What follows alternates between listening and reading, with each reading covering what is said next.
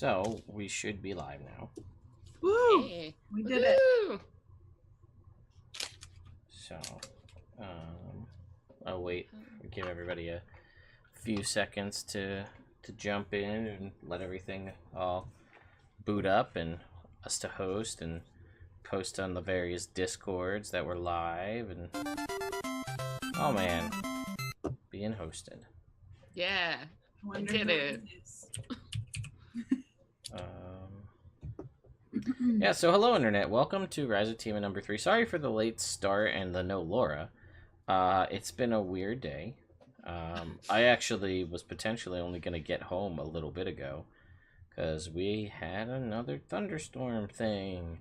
Woo! And I was going to have to work till 7 and then take an 8 o'clock call, but that eventually, thankfully, decided to peter out and not be anything. So that's great. Laura's not feeling well, so she's not going to be here with us playing, so Odella will still be here present in the game, just kind of either run by me or decisions made by the party and what have you. And Katie had a really nice friend who tried to do a great service and did that service. Why don't and you then tell I called them? another service. Yes, to finish that service. As keys were locked in a car. Yeah. But so- I'm here and I've got wine and ice cream, so Woo! That's all you need. right? More importantly, Celeste, how not crazy? How was your day? Because everybody else has had a weird day, or they're dying, or their keys got locked in their car. I mean, I'm pretty good. I like cleaned the house. This is my one day off, so I like cleaned my house, and that was great. And ate some pizza. And I'm sorry, y'all had terrible days. Mine was pretty good. I've never been more jealous of somebody who can clean their house. Yeah. Well, glad that Celeste is having a great day. So we're going to talk about what happened. So for those of you who haven't seen, this is Rise of Tiamat. This is one of the earlier campaigns, the earliest aside from Lost Mines of Phandelver, released by Wizards of the Coast. There has been the party is level 8 at this point. A whole bunch of stuff has already happened, which you can go watch the Horde of the Dragon Queen whole playlist if you want to keep up to date on that. So what happened last time? It started originally, this whole campaign, with the party getting summoned to the city of Waterdeep to aid in, or to basically meet with a council and have a discussion about goings-on over the past year. And that has led to some craziness, and they need the party to... Am I getting an echo? Does anybody else get that, like, slight reverb? Or is that just me? No, I think it's Just fine. you. Okay, that's fine. Oh, I know. I think I know why. I think it's Roll20 grabbing my voice too, because it's stupid. Whatever, it's fine. Anyway, so the party decided to go to this council meeting, meet with various people of all the different factions, and at the end of that, they found out that they have a couple of courses of action. One was to either head to the north and try and potentially deal with White Dragon and figure out what's going on with this Drakhorn, this ancient artifact that supposedly calls dragons or alerts them to some craziness goings on. Or to track down the Blue Dragon Wyrmspeaker.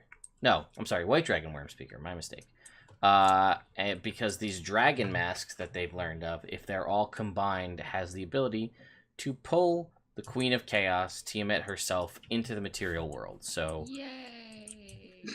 they said, Ooh.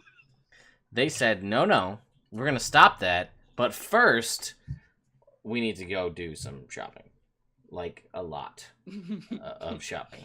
Before we saved the world from the apocalypse, we had shit to do. Yes. How pissed would we have been if we got there and all we needed was some rope, but we didn't have We it? didn't have it.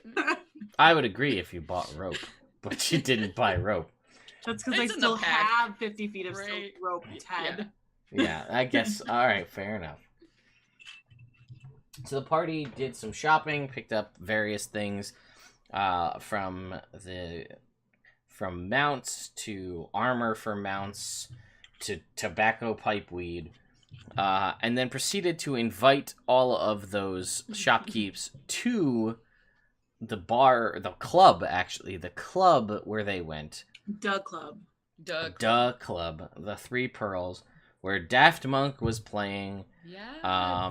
And they had a great ravey, dubstep type techno night, and it was great. And there was some breakdancing.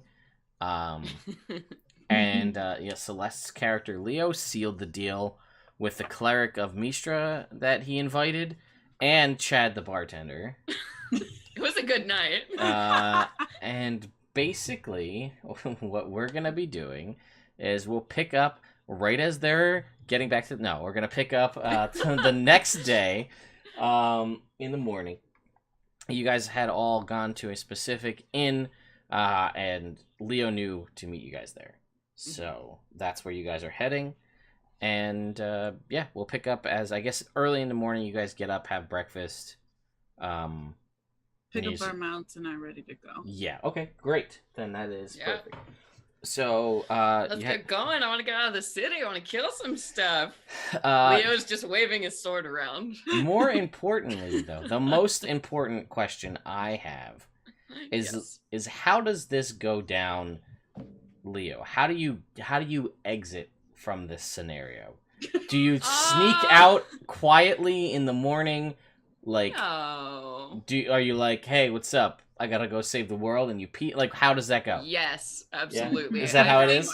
Yeah, I think, I'll wake up and put the stuff back together, like make sure everything that was knocked over gets, right set up. And I'm like, okay, so I'm on my mission. Like, I might die, but I gotta stop this evil dragon god and whatever. I don't know that. I'm like, I gotta go be a hero, and this was really nice. And if I'm in the city ever again, I'd really you both are great time.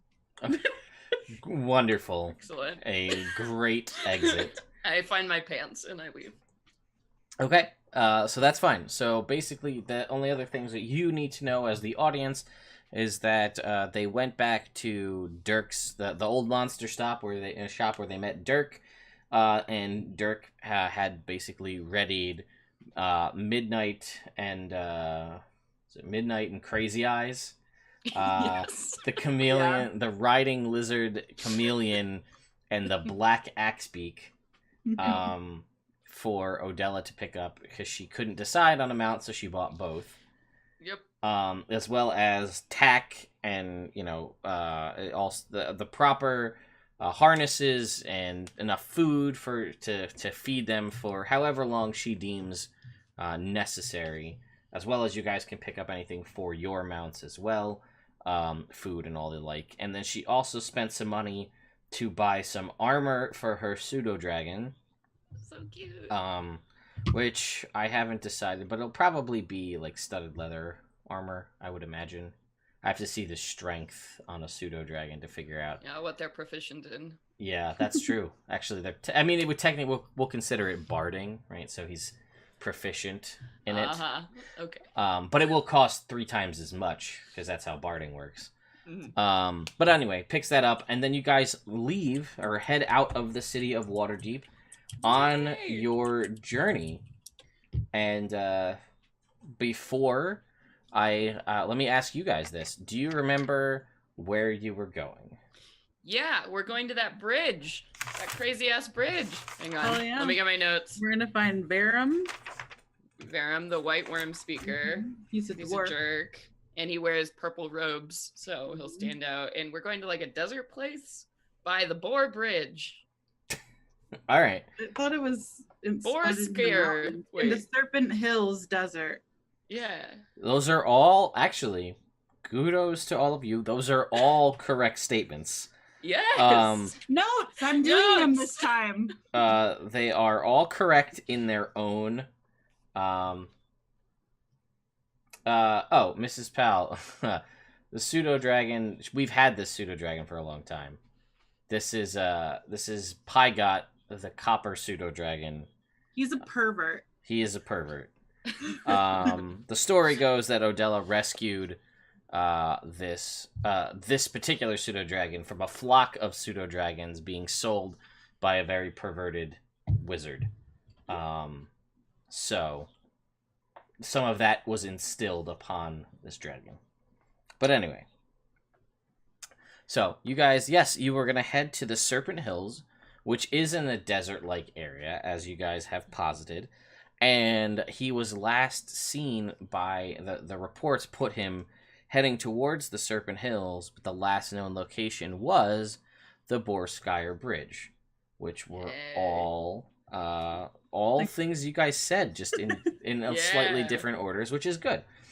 And again, as you said, Celeste, he is a dwarf in the desert with purple robes. So he's not exactly. Yeah, so we're hoping we can find him. Yeah, he's not. He's far from low key.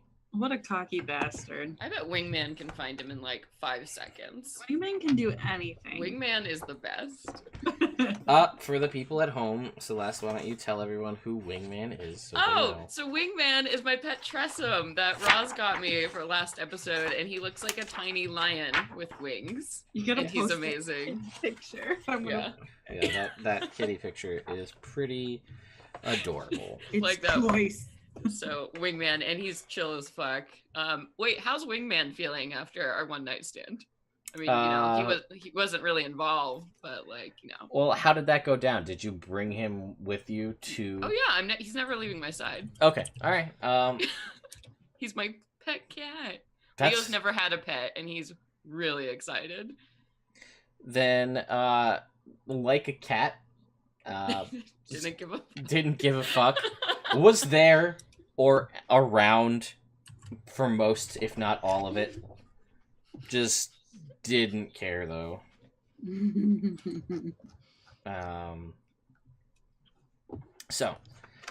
Okay, you guys set out on your trip to the Boarskyr Bridge. Let me just pull up my map here to see. Oh yeah, I have it in this Roll20. That's one of the nice things about this Roll20. It's got maps? It has all of the maps. Here's the Sword Coast map right here. Hell yeah, maps. So let's see. We are in Waterdeep, and we need to go up to the Serpent Hills. Let's just zoom out a little bit. So, that's way too far south. We don't want to send you guys over there. That would be bad news. Okay, so it's gonna take you guys a couple days to get to where you need to go. So I guess we'll just get this out of the way up front. What is the plan for, like, I mean, you guys are gonna be traveling, I assume, on the road, so should be relatively easy travel. You guys all have mounts. And we'll say you guys can. What's the marching order on the road? And what's the plan for watches at night? And then I can just kind of skip over that unless something comes up. Yeah, I mean, Leo always wants to be in front. Okay. Does Roz have a problem with that? No, you can definitely go get hit first. Okay. I am always in front, and I'm always volunteering to be first watch, and so okay. I want to do that. I go into soldier mode when I'm on the road, and I'm like so used to this stuff. Okay. So your first watch, you're first in the marching order, and then whereabouts is Roswin and Odella in relation to this? Odella's always in the back, because that's her thing. Okay. I'll be middle. Okay. And then as far as like watches? Because you guys don't have enough now to do I know. the full 2, 2, 2, and 2. I mean, Wingman can take a watch. He's pretty smart. He is, and what is his perception? It's like a +5 to perception. This is pretty good. Yeah. Oh, his passive perception is a 15. So Wingman can totally handle this. Yeah, Wingman's next watch. He'll wake you up. He'll wake you up if need With a be. gentle lick upon your face. And also, I have that skill, so there's also a +5 to all of our perception checks that we make within my little dome thing. Anyway. Okay. Yeah, the gloaming court or whatever it's called. Okay, so that's fine. By the way, Celeste, you have, yes, you see that? You have a fate die, so again, that is Thank advantage you. on a roll of your choice before you roll, or disadvantage on one of my rolls before I roll. Yes. So upon looking further at the map, you guys are in Waterdeep. The closest, basically, you're going to have to travel down the tradeway for a while, as the Boarskyr Bridge is a short jaunt from Baldur's Gate, and you guys are up there. So it's going to take you a little bit to get there. My estimate would be... Oh, jeez. We're on the road. I really wish that they would just give you the distances, but they choose not to, because that's how this world works. Okay, so I'm going to say it's probably going to take you guys roughly 10 days of travel to get to the Boarskyr Bridge. I mean, well, there's going to be a little winding in and out, because the Boarskyr Bridge runs over the winding water, which is right a little bit north of Subar. So, but traveling on the road is it's just pretty much a straight shot down the road. If you need to resupply at all, which I don't feel like you guys will have to, there's 2 stops in Daggerford and Dragonspear on your way south towards the bridge. And yeah, so with that, as we set out, let's pull up some random encounter tables. Oh, yay! Let's punch some wolves. This is real D&D now. Let's see if well, come on now, hold up. You might not get anything. If this is anything like the Princess of the Apocalypse group, the dangerous somber hills that have nothing nothing dangerous in them They whatsoever. keep finding That's hilarious. I watched that helpful episode. peasants. Yeah, like, oh hey, we're like super nice. You guys want to like come hang out and like eat our food and be cool? Sweet. So go ahead, Celeste. Why don't you roll me a d20? All right. It's because I have your devil dice that you're asking me to roll this, huh? Well, you keep saying they only roll ones, so. No, I got a 16. Okay, so funny enough, you go for the first. We'll split this into. How do we want to split this? All right, so you go for the first 2 days, uneventful. I should have you roll every day, but I just don't feel like it.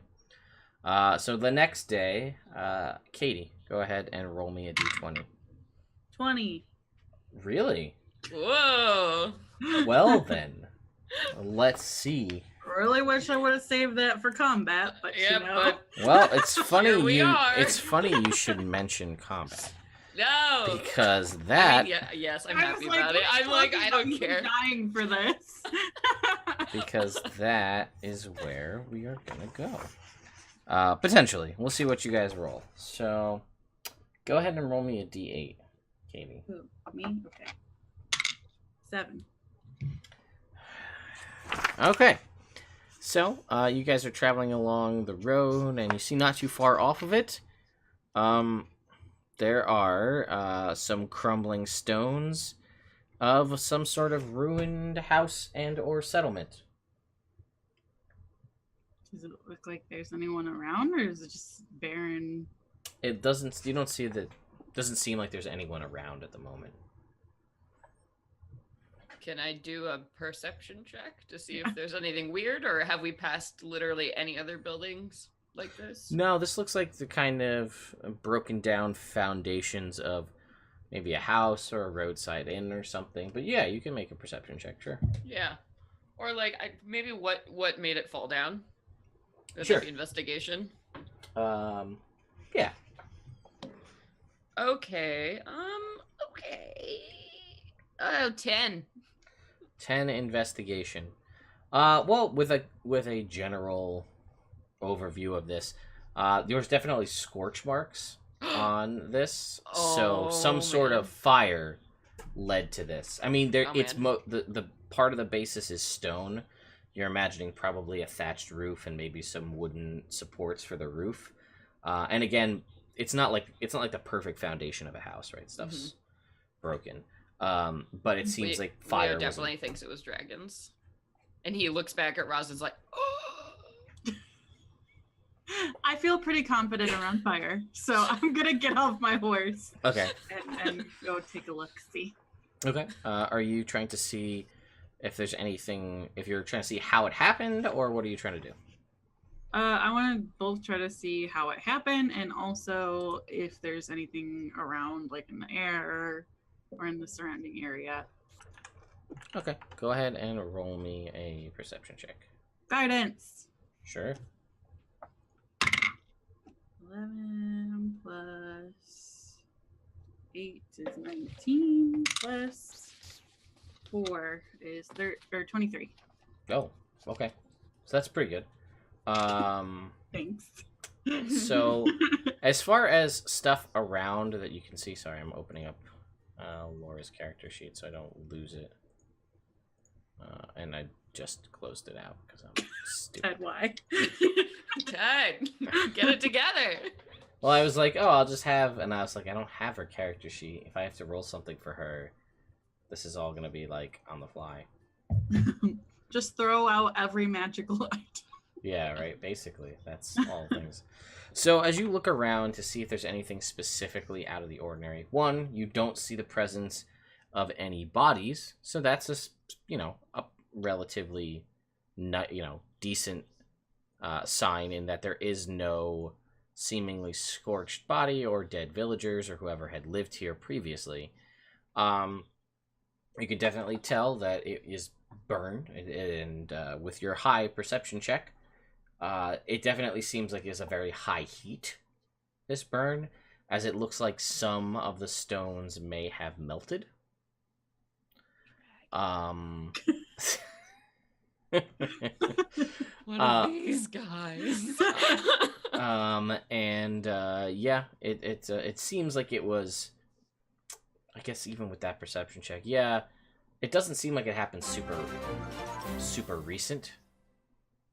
With my experience and Yes. with my background as a dragon scholar, do I think that it's a dragon that did this? Make me a history check with advantage.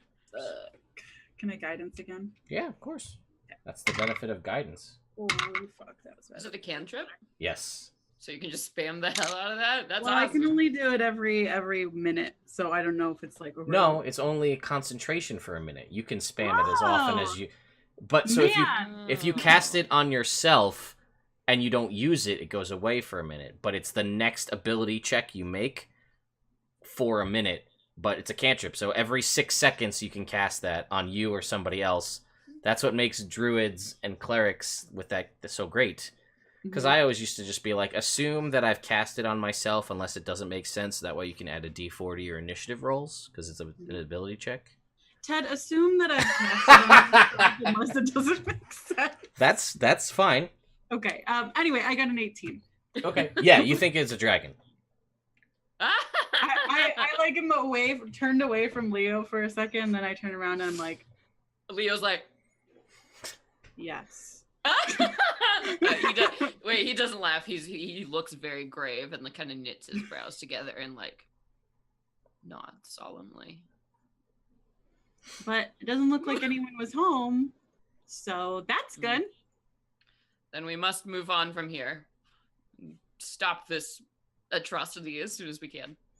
And again, you would know that this seems to be, from your dragon scholar and just your general perception, this is not, this is fire of some kind. So that narrows down the options for type of dragon to 3. What is it? It's, gold, red, and what? Brass, I It's think. brass electricity. I think that No. might be bronze. Copper? No, copper's Copper acid. dragon? Copper's acid. Fuck, there are a lot of dragons. Hang on.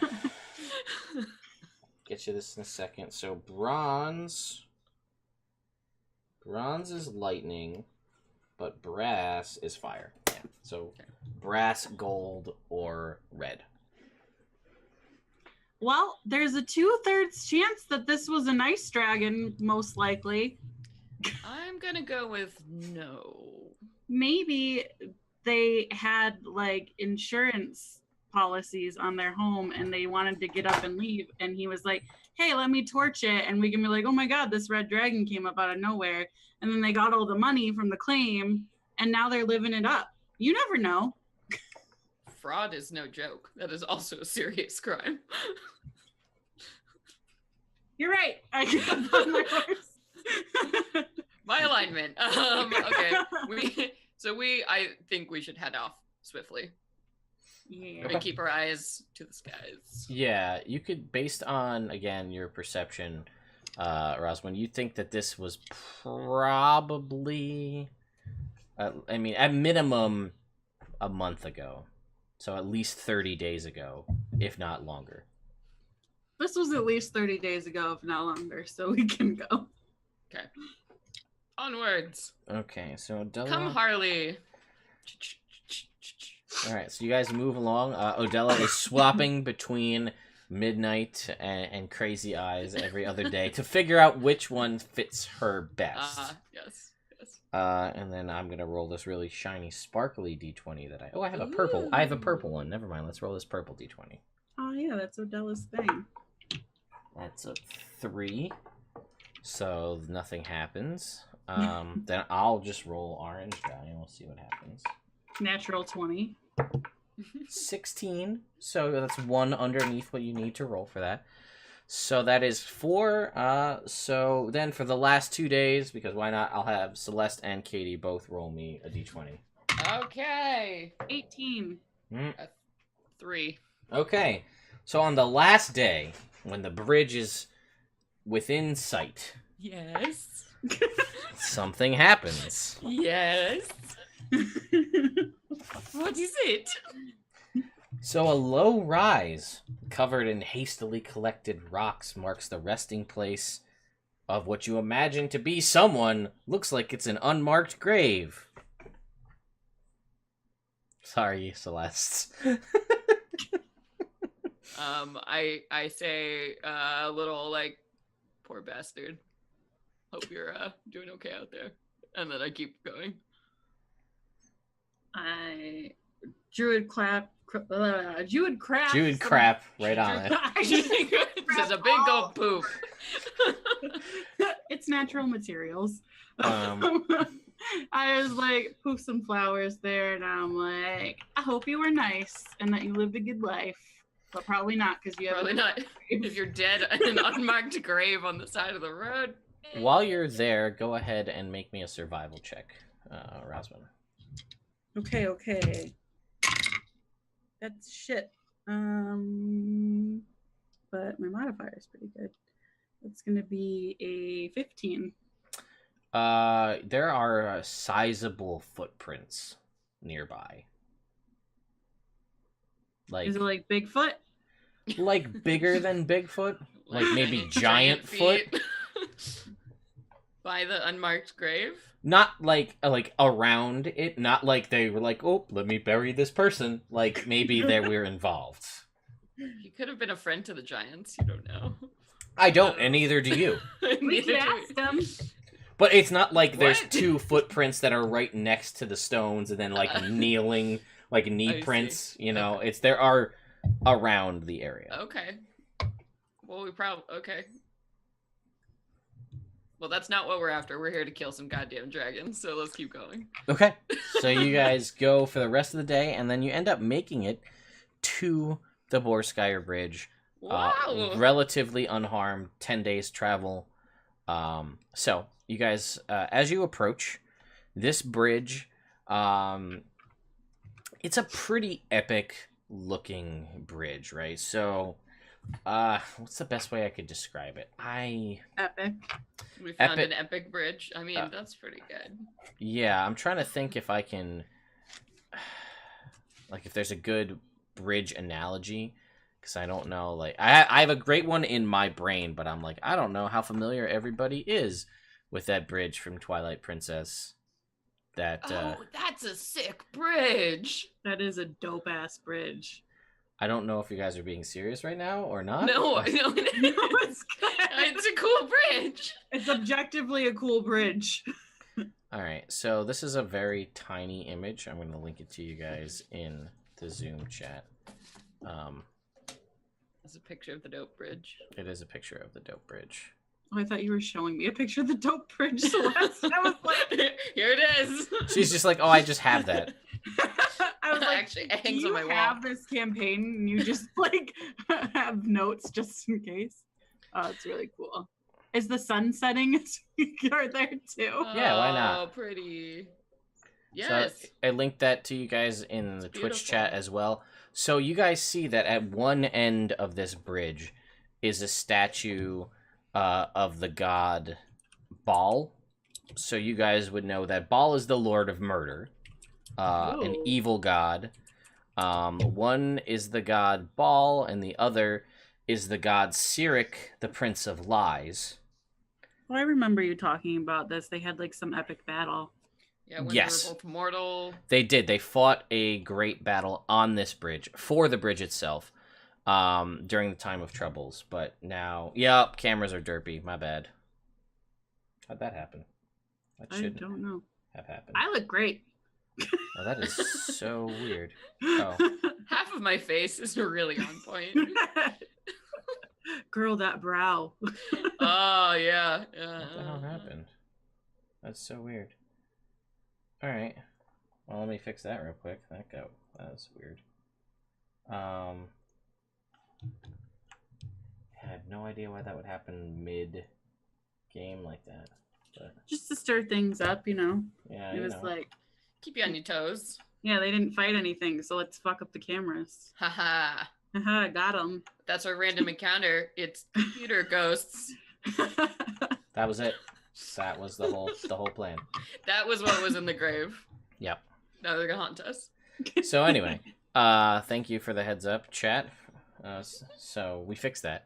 But anyway, so that was, again, we talked a little bit about that. So Baal had died there, poisoned the water in the vicinity and the bridge. Because of this, there's a phrase that's often heard. It's a curse. Go drink from the west side of the bridge, because that's the side poisoned. So if you hear that, now you know. If someone says that to you, you know that that's an insult. That's not very nice. So as you guys come across this bridge, you realize too that it is made of just dark black granite. So it's a very deep black stone that this bridge is made out of.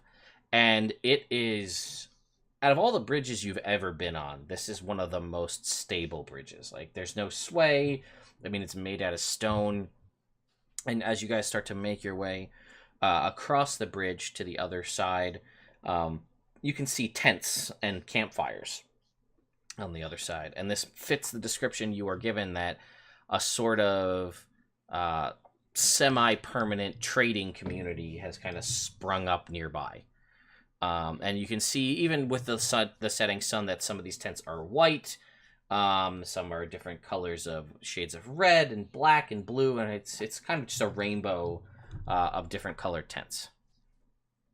And you guys make your way across the bridge. So, now that you're here, what do you guys want to do? What time of day is it? We're gonna say it's sunset because of that image. Yay. Okay. Sunset, and then what kind of people do we see walking around? It is a mixture. There is, you see, kind of moseying about on ponies are a handful of halflings that seem to be in a group. There is a couple of, humans and a mixture of humans and dwarves and elves. It's kind of just like it is seeming a trade community where just like people come of all different walks of life, and with different wares and things, and basically some people probably just ended up here and were like, this works. I'm just gonna hang out here now. Cool. Do they seem alarmed that we're approaching? No, they don't. They're not like overly like, they're like, oh my god, come over. But like, it seems like a general thing, people coming in and out. Okay. I want to find the fanciest looking tent because clearly that person is the most important, and we should talk to them. Okay. Make me a perception check. Okay. Guidance. Yeah. Wow. Okay, Ted, I'm giving up on your dice. But Can I make a perception check? I got a 3. A 3. There are a lot of pretty nice looking bridges here. Oh wow! Oh, look at these tents! Wow. Yeah. Pretty Wow. cool. Tents. Where am I? Okay, this is going in dice jail. Goodbye. That's fine. Can I look? Yeah, sure. Okay. Please do. Oh Jesus Christ! I got it too. But that's still +8 +4, so 14. Oh, that's Okay, nice. so I'm 14. really good at perception. Yeah, I'm not. So. Yeah, so 14's not too bad. So it doesn't, again, there isn't too much in the way of like crazy resplendence on these tents. Also with your perception, it doesn't seem like there's anybody truly in charge, if that makes sense. So let's see here. I mean, I'm happy to just start talking to random people. Well, you did know that. Oh no, I'm sorry. You didn't know that. Haha. So never mind. We'll see if that comes up. You do also see there is a group of paladins, sort of Cool. patrolling about. My bros. I want to go towards one of the paladins. Okay. Do they look like they might be gauntlet or just cool paladins? You can make me a history check. Sure. Oh god. And now I've Guidance. thrown the dice. Oh jeez. Okay, we're back. Oh, okay. All right. That's a lot. No, that's a 16. 16. Did Okay. you do the guidance? Oh yeah. No. +3, 19. Yeah, the iconography of their armor and the symbology of their tabards and things of that nature is that of Elterguard. You've heard of this. We talked about this, whether player or character. That Elterguard is a nearby city, not too far from where you were in Scornabel, the kind of where there's the mini sun at the top of the tower that was to drive out the undead. Mm-hmm. So apparently there's a contingent of Elterguard paladins here patrolling. And when I say patrolling, I don't mean that they're like regimented, like back and forth, like, you know, spear up, walking, riding war horses. It's hot here, right? Because we're close to a desert. So there is definitely iconography, and there is piecemeal, like the breastplate of what is probably full plate, because it's lighter weight. And they're just kind of like, they seem to be just having fun. And there is music playing here because it is like a trade community, and it is kind of just like a group of people all mishmash. So there's lutes playing, and there's kind of like a halflingy, gnomish, kind of Celtic style, like a Ren Fair Celtic festival style upbeat music playing as you guys are walking about. And these paladins, while moving back and forth in a general seeming patrol, they are mostly dancing. Oh, cool. I want to go up and be like, brothers in arms, we are new here and we're sort of getting the lay of the land. We're pursuing someone, and my name's Leo. This is my companion, Roswin and Odella. Perhaps you could help point us in the right direction, friends. And basically, they're still going. And when I say dancing, the best way I can describe these is just imagine if you cloned Ellen DeGeneres dancing, but as a paladin, And that's these people. So they're just having a blast, just dancing around. They're all big smiles on their faces. Always wanted to be on Ellen. And they're like, they're like, yeah, let's talk. And they all like kind of wave you into the dance. All right. And they'll have as you guys are moving about. I'm dancing. And like as this is happening, you're like, well, these are like, you could tell that these people probably, if it came to business, like they could probably do okay. You know, they're not like super high. They're clearly not the most regimented, but they're having a good time. But you also now realize why like sometimes people might be like passing through and they might be like, I could deal with this, and then they just park it and like this is their new home. So they basically, as you're walking through, they're like, yeah, what's going on? What can we do you for? And they're just kind of like going and having a blast. And we're looking for a dwarf in purple robes. He's kind of a suspicious character, you know, so we wanted to just he was spotted here apparently. So yeah, if you have any insight as to where he might be. They're like, oh, we know about you. You should talk to Bolo, and they point you to a tent. And they're like, he knows more about him than anybody else. We got here not that long ago, but he was talking about some dwarf in purple robes, and we're like, whatever, man. Like, it's all good. So, and they point you to a tent nearby that has a sign above the tent that says Bolo's Tent Side Inn. Bolo. Cool. Bears only live once. Yeah. So what's the party for? Is it just like general joviality? Because, you know, either is great. They're just like, man, it's a new day. It's a sunset. Everything's happy. Everything's great. I love your style, man. Maybe we should live here, Ross. Too hot. And Odella's like, she like, as she does this, she has her studded or her glamored armor turn into a pantsuit and says, that is not good for business. Right, we have established, we have a brand that we built. But like she's also obviously in the midst of all of the dancing. You know, this is clearly a display of joy. And as a follower of Lyra, someone that she's obviously all about this, but she's like, but no, the Primp and Pie needs us there. So fine, okay, let's go see Bolo. So you guys, I mean, you're feel free to dance as long as you want, and it doesn't seem my way over there. I mean, it's business. Yeah. So you guys like slowly kind of shimmy back over to where Bolo's Tent Side Inn is, it's again, when I say inn, it's a tent, right? Like it's not crazy, but it's in a larger pavilion area in the whole grand scheme of this. And yeah, you see Bolo, kind of who you assume to be Bolo. Wow, lost my train of thought. It's a halfling. And yeah, he's just kind of like chilling behind the bar of this, or the counter rather, of this inn, just cleaning out a glass. Okay, awesome. Good sir. What's good around here? And I would like to slide into a bar stool. And he's just like, well, honestly, any pretty much anything we have, you know, you could shop around, but like, this is probably gonna be the most consistent ale you're gonna find.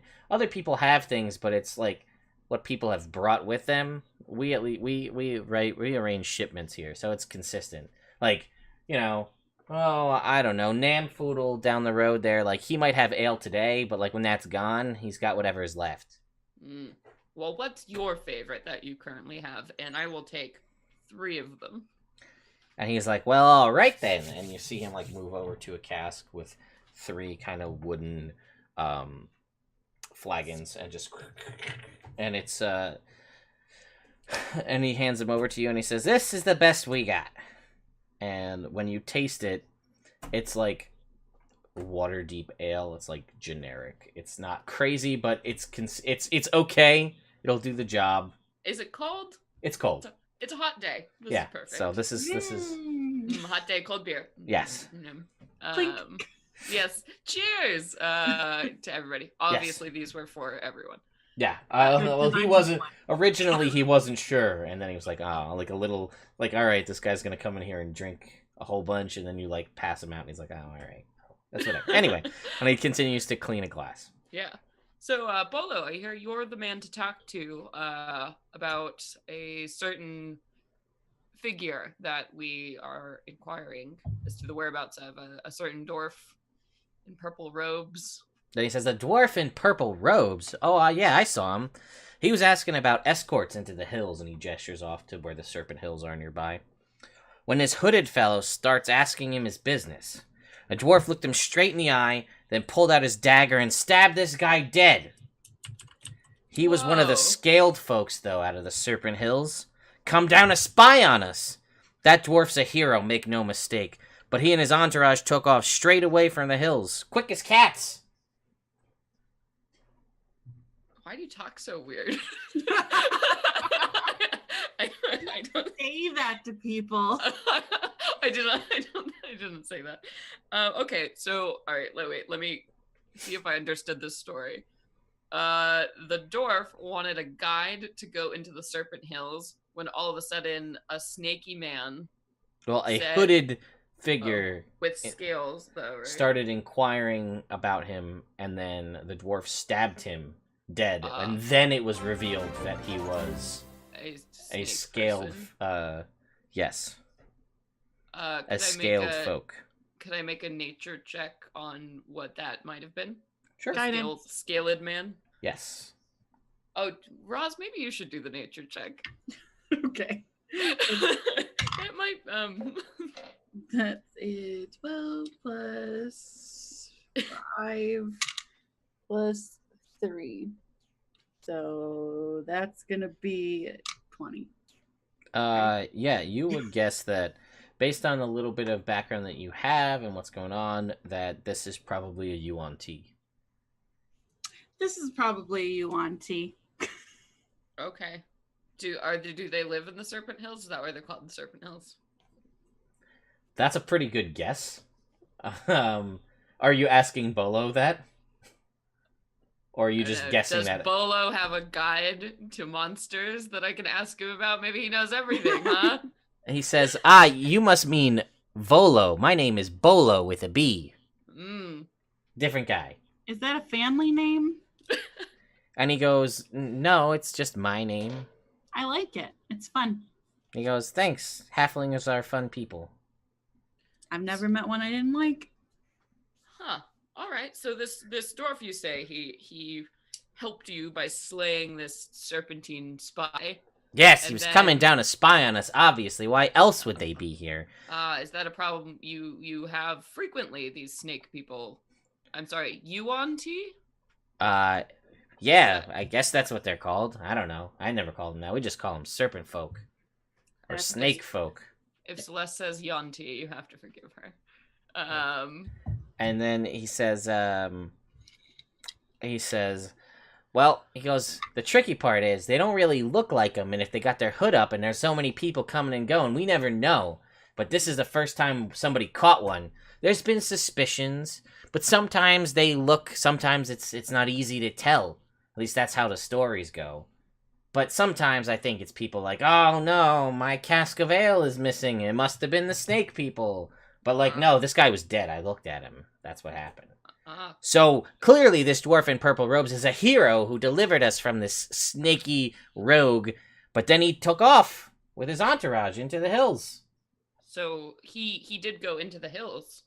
Oh, you yes. Think he was pursuing more of these creatures? I mean, maybe. He did such a great job here. Without even... he seemingly, as I watched the dwarf in purple robes, whose name... I never got his name. As he stood down, and this hooded figure came up and started inquiring, and I saw a discerning look upon his face, and quick as lightning, he drew his short sword and stabbed him in the chest, and at first I was like, holy shit! And then his hood fell back, and I was like, oh, holy shit! And then I was like, oh my god, good sir. I was like, what can I do? You have delivered us from this great evil. And he was like, no, I'm good. I gotta get out of here, though. There's more of these. Probably. I'll protect you all. And he and his entourage left. He said that? That's what he said. Have you ever met one of these snake people before? Just the dead one. How do you know they're mean? I mean, everybody knows. They worship this great god who talks about eating the world. That is true.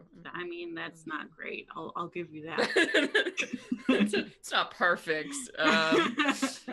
Okay. Well, friend, thank you so much for telling that. We have been sent to find this dwarf. It is imperative that we reach him and give him our message.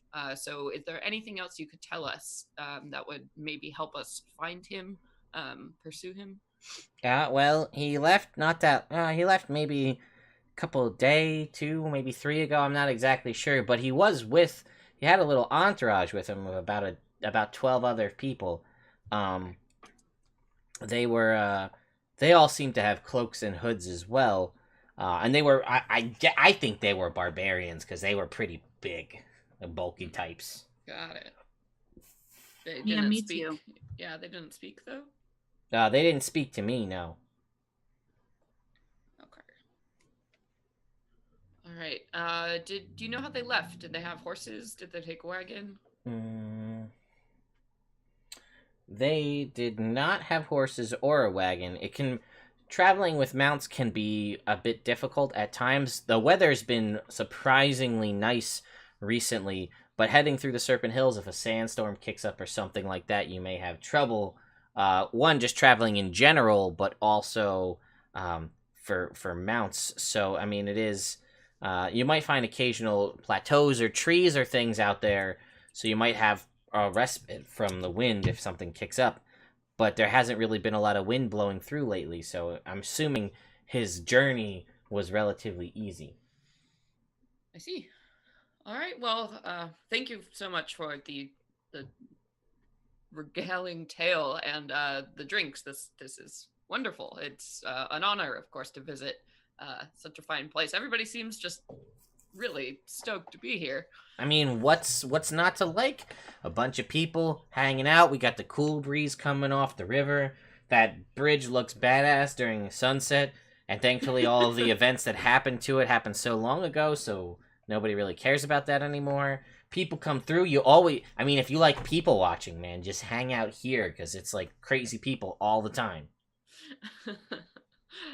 Good tip. Thank you. And it goes, and we're relatively protected. We've got those dancing paladins. I don't know how good they are in a fight, but they can dance pretty good. So if they can fight as good as they can dance, we're safe. Are they proficient in dance battle? I mean, I wouldn't want to find out. You're right. Cheers. Where would we stay if we were going to spend the night here since the sun's setting? And he goes, well, right here, of course, at Bolo's Tenside Inn. Clearly. Convenience at its finest, sir. Well, thank you. I pride myself on such. Point of order. Should we travel at night through the desert, though? Would that be better than traveling during the day through the desert? Are you asking... Katie, I'm asking. Katie and Laura. Laura is just like... Laura is sick. So... So I'm asking Odella and Roz. Well, I don't want to be exhausted is my only thing. Mm-hmm. Because I don't want to make any checks at disadvantage. On the other hand, weather's been good, and I don't really want to miss out on that. Yeah. So. Well, and also if they have a 2-day lead on us, I mean, we should probably push before a sandstorm happens and any tracks or trail is gone. Okay, well, we can go now if you want, and we can just help each other so that we get advantage and it breaks even. And then just take... Yeah, so you get exhaustion after... You get exhaustion... So there's a couple of things. So exhaustion 1 would be not getting a rest. So basically, if you didn't take a long rest and continued to push, that would be 1 level of exhaustion. Because you went through you guys rode all day, and then you'd then be pushing yourself all night. So that would be a level of exhaustion if you didn't get a long rest. So that's one. Now, granted, there's nothing saying you couldn't head out into the desert and then long rest eventually when you guys feel like you've had enough. You also would know that if you're heading out into the desert and kind of this kind of barren, hilly area. So water would be important. But as long as you guys stock up on a sufficient amount of water, you should be okay. And do you have mithril? No, yours just cleans itself, right? Yep. Yeah. Okay. So, and it's actually not heavy armor, so you should be okay. So, normally, if you're in heavy armor in a desert, you gotta drink twice as much water to stay hydrated. Yep, I am a medium armor boy. So you should be okay. So as long as you guys each drink, I think it's a gallon of water a day, you should be fine as far as exhaustion goes. I only know this because this is Chultan rules, and I'm quite familiar with that. But, if you travel at night, it's cooler, right? You obviously don't have to deal with the sun. It actually gets cold. So, if you guys left now, you also don't know how far of a lead he has or how far he's traveled. Obviously, how he's got at least 2 to 3 days on you, but, he might have left 2 days ago and he might have only gone 5 miles, and then you could be there and that's it. Or he could have gone 50 miles. You don't know. So what do you think? I mean, I don't mind. I do think that I should ask my new friend Bolo here to maybe watch Poppy, because she's now got heavy armor on. Yeah, Poppy and Harley should probably stay. Yeah. I mean, we can take Crazy Eyes. We can take Crazy Eyes. And Midnight. You certainly can. But then it's also the problem. Yeah, we should probably just leave all our mounts. If they didn't head off, with mounts, then we'll probably be okay. Man, am I glad we spent so long in that mount shop. Oh yeah, that was an hour and a half of pure gold. Well, Bolo will also tell you that they didn't come in on mounts. Did they leave on mounts? No, they didn't leave on mounts, but they didn't come in on mounts either. So, fluffing it, man. I guess the only thing you definitely know is that the Axebeak actually would probably be relatively okay as far as just their kind of natural, like they're native to tropical areas and things. So an Axebeak wouldn't have too much of an issue in the way their kind of wide feet are. It almost works like a snowshoe. So they would actually be relatively okay. That's the only one. The lizard it's a cold-blooded creature, right? So you're gonna be in the desert, so it's gonna want to be like, oh look, a rock. On a rock. And then it's gonna get cold. Come on, you gotta save the world, man. And then it just camouflages into the rock color. I can still see you. Don't walk away from me. Okay, so I think we should bring Midnight, just in case we need an out for some reason. Yeah. We need to get someplace really quickly with one person. Yeah. And then we should pay for them to be housed here by Bolo. Yep. So let's arrange that, and then let's get water. I guess we can leave in the morning. Are you sure? You just want to dance. I just need to dance. If Leo dances every episode, this will be a good game.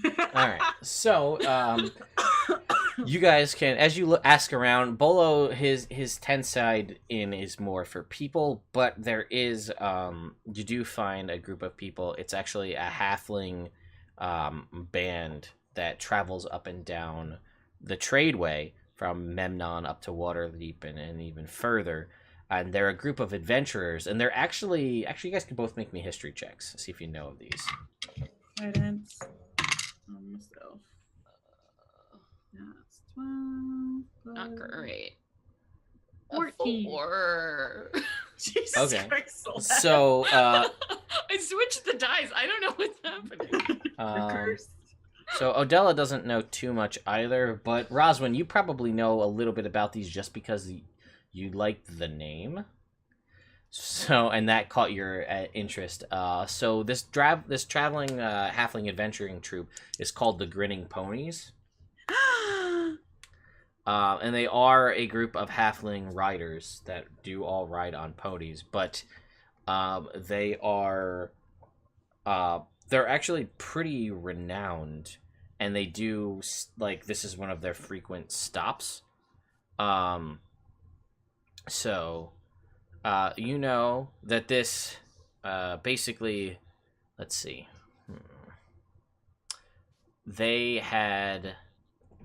Let's see, the Grinning Ponies had put a stop to a sort of vigilante group of halflings called the Knee Breakers, which were a group of halflings that kind of had like the definitive short man complex. Like, we are the smaller race, but like they would ride by and like if people kind of looked at them the wrong way or did the wrong thing, they would break their knees to bring them down to their level. And then hash it out from there. Those would be the halflings that I would meet and not like. So basically, you can, as you ask around, like this is kind of the evolution.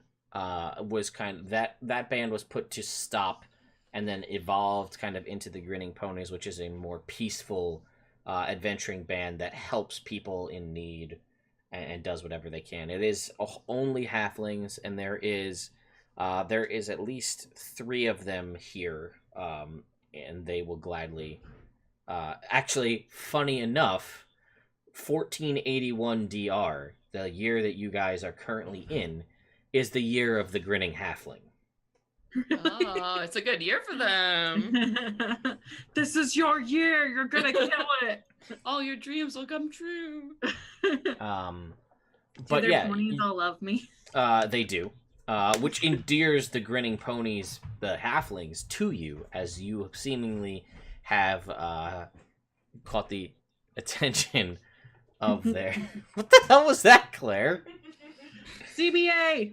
Hi, Claire. I just turn over and she just sticks her head in, like, sticks her tongue out at me and runs away. Like, I don't know. But you meet Beauregard. Beauregard is the leader of the Grinning Ponies. Beauregard. What a name. You also meet Show with Alternity. Show with Alternity. Yes, and Spider Topolino. This isn't real. Fun fact, if you guys are fans of Forgotten Realms lore, Spider Topolino is there's a quite long history there. If any of you are at all, I guess like 7-year-old spoilers or 5-year-old spoilers, 3-year-old spoilers. If you guys are at all familiar with Driz Doerden and his halfling companion Regis was reincarnated into the body of the character Spider Topolino, who you are meeting right now. I don't believe you. Okay, I'm sorry. I got Beauregard, Spider Topolino, and Show with Alternity. Turdity, yes. I made a turdity this morning.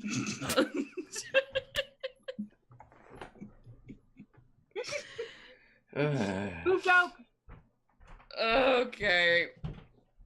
Wow. All right, great. So very cool, and they'll watch our horses. Yes. That's great. I want to ask any advice on crossing over to the Dagger Hills. I know you all are renowned for getting, well, everywhere. They will tell you. Spider Topolino, who has a cherubic-like face, and kind of a shock of curly, brown, almost afro-ish hair. He will tell you that while traveling through the Serpent Hills, you will. It is pretty much exactly what you think it to be. Deserts and badlands and things, but occasionally there are areas where you will find some plateaus that actually do have grass and trees. So you may find a little bit of a green respite if you travel through through there as well. But be on the lookout. Supposedly, there are various ancient tombs throughout there. I haven't seen them myself, but I've heard the tales of them. Ancient ruined settlements. Apparently, there was a civilization here that fell long ago. But there are all manner of strange creatures throughout. There's obviously, I think you may have heard of this snake, the snake folk altercation. But in the same vein, there are also lizard folk in this area, and the occasional giant makes its way through. So be on your lookout. Giants, huh? Yeah, basically large reptiles and giants, it seems. I met a giant once. She had beautiful hair. And he says, all the giants I met, well, that was another life, but all those giants, they were not nice. Oh, that sucks. Yeah. Anyway. Every Roswin conversation. Anyway.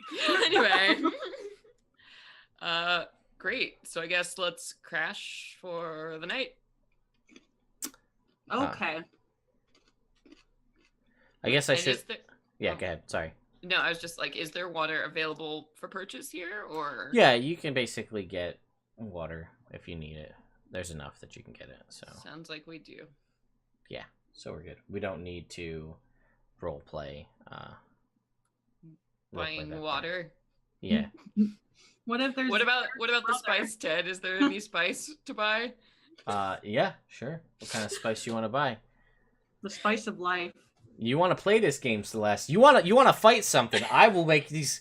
I will give you. No, I was making a Dune joke. Yes. It's fine, Ted. No. I don't want anything. That's there. Whatever you want, Celeste is here and available. I want to go to sleep, and then I want to kick some ass. Okay. So you guys rest for the evening. It is an uneventful evening, and you awake the next morning, having stowed your mounts with the grinning ponies, with the exception of Midnight. And you guys have water, and you set off into the Serpent Hills. You guys can make me a survival check, or whoever wants to try and see if you can't parse out dwarven tracks amidst all the tracks heading out that way. I'm good at this. Yeah, you handle that. Oh, that's good. That's good. 16 plus 8, 24. Dang. Yeah. Nature. You can as you're you can basically, they're faded, and just a little bit of wind here and there, but they're hard to. You can clearly make out though a set of footprints that are smaller, and then you can kind of parse out what seems to be several larger, heavier set into the ground footprints that you would guess to probably be this entourage that you heard of barbarians. Yeah, and you can make a heading and set out towards wherever this is. Yeah. So, as you guys make your way, I will need Katie to roll me a d20. 3. Okay, nothing. This is ridiculous. They want you, just so you're aware, they want you to roll a d20 for a random encounter every 6 hours. Holy shit. Wow. Let's go. And I know how far he traveled, so that's a pain in the ass. So, all right, Celeste. Okay. D20. 4. Okay. Odella, roll your purple die. 14. Ted, roll your die. Natural 20. All right. Here we go. Wow. So that's at the end of the day. 24 hours. Yes. Passed. So, you guys are moving through the desert, or in the Badlandish area. When you hear 1, 2, 3, 4. Where's another d6? 6, 5, d6. Oh boy, I wish these were stat rolls.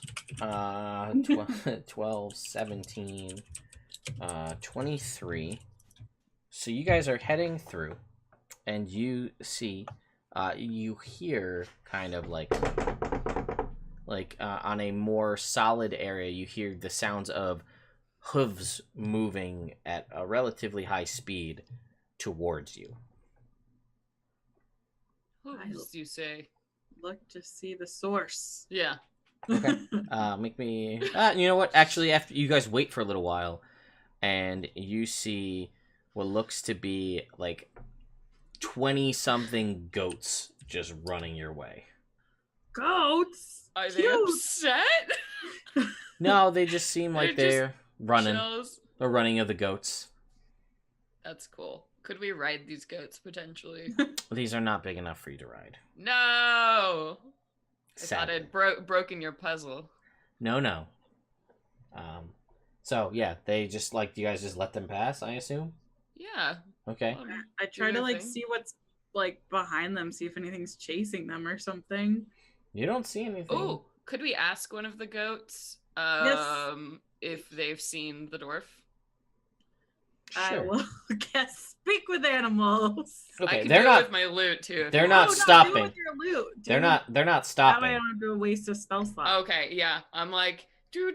Hey, wait, goat, goat, come back here. Hey, goat, goat. I hold did it. craft some like clover. Make me an animal. Buddies. Make me an animal handling check. Maybe I'm trying to aim for like the derpy one in the back. +2 to whatever you got.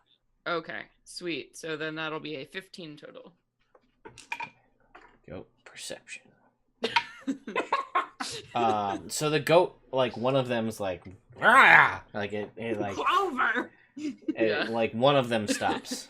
Okay. And, like, but it seems like like skittish, like it wants to keep Mhm. running with the other goats. Yeah. And I'm like strumming my lute. I'm like, friend, have you seen a small man move through here recently with 12 large companions? And it kind of like stares at you with those weird sideways peanut pupil eyes. God, I love hate goats. What? No, they're I have, so like, weird. Pictures from my childhood of different goats that I met. And it's just like, no. Nothing at all. Anything strange lately? You. That's fair enough. Okay. All right, go, run, be free, goat. And it Give it doesn't the blink clover. the entire time it talks to you. God, that's awful. Okay. And it eats the clover and it doesn't blink, and then it runs away. And as it runs Really away, good eye contact. it like turns over its shoulder and looks at you, and then it runs away. God. I hope we meet more goats. Well, that goat was supremely unhelpful, so. I don't know. He made me feel a little better. All right. So what is the? You know what? Doesn't matter. I don't care. Next day, D20s. 11. 10. Natural 20. Woo! You guys are lucky Damn. that orange die is only rolling these on the random encounters you guys are getting. Say that And- now, but we haven't actually fought anything. Yeah, so. All right. So 3d6 this time. 3d6 of goats. Of goats. More goats. At desert night, is you filled guys with can goats. see in the distance. You can't tell how far. What seems to be 9 vultures circling something off in the distance. Ooh, okay, we should go look at what that is.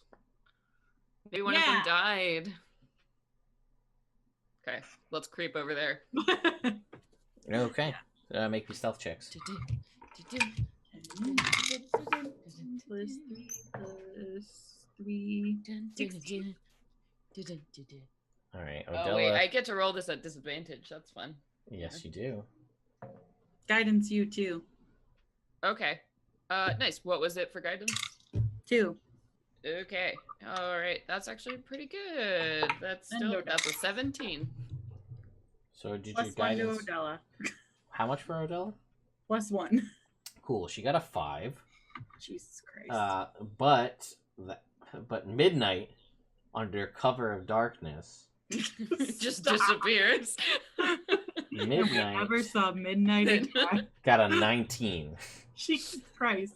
Throw Odella on top of midnight. All you see in the night is the red eyes of midnight.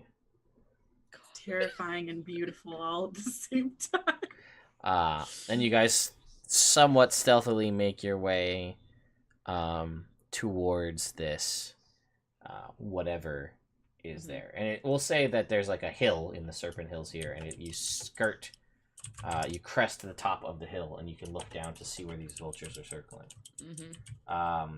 We'll say that it's 60 feet away, as it's the end of the night. Go ahead and make me all perception checks. Guidance. Plus 1 plus 8. 19. 25. 9 for Odell. 9. Alright, so you guys can see they're picking at what looks to be this massive snake corpse. And when I say massive, I mean like 25 foot long. Nature check. Whoa. From 60 feet away. I'll get closer. Yeah. If it looks dead, like Yeah. Oh, whatever this thing is definitely dead. So that's I'm not 18. scared of birds. Nature check. An 18. I'll fuck a bird up, man. I don't give a shit. Yeah. All right. Fucked that bird right up. So when you get close to it, you look, and Roswin, first thing you recognize is that this definitely not a natural creature. Find an unnatural creature. Find a dead huge snake. It has bones around the end, like the headpiece, that suggest what you do kind of recognize. Doesn't make sense for a natural creature, but what it looks like is the bones kind of around the neck towards the head suggest something almost as if like the hood of a cobra. Mm-hmm. So it looks like it, but normally a cobra hood is relatively fleshy, but this looks like to seem to be some large support structure for a hood of some kind. Also, strangely enough, the jaw, I guess it's not strangely enough, right? Because it's a snake. So it comes down and it's not attached at the bottom. So it kind of is open like this so that it can open significantly wide. You do know, you can see that there are pits, as if some sort of heat sensing thing. But yeah, this thing is massive in size. Can I try to see if I can harvest some venom or something? How long has it been dead? Is it bones? It is mostly bones. There is some bits of fleshiness to it that is being picked. I just let the vultures do their thing. Circle of life. You do notice, though, with the little bit of flesh that you can see, that it seems to be what was once maybe a faded blue scales and red, like red stripes, red banding. Do I know what kind of snake this is? Not a clue. Okay. Now Again, about this because venom. it doesn't register to you as a snake. Like, it doesn't seem, the size of it and the shape of it, you've never seen it or heard of a giant cobra before. It gives off it kind of has a spiritual successor, if you will. It looks like a cobra, but you know that cobras don't come this big. I tried to order one and they said they don't come this big. They said no extra large. No. Yes. You only get the medium fries. Okay. You can try. It's gonna be pretty hard though, because you don't actually. What's strange upon looking at it is you don't see like snake-like fangs, like injector type fangs. These are sharp. It has, and rather than like two fangs like a snake would have, and then like that's the main thing. It has jagged teeth all the way up on the bottom and on the top.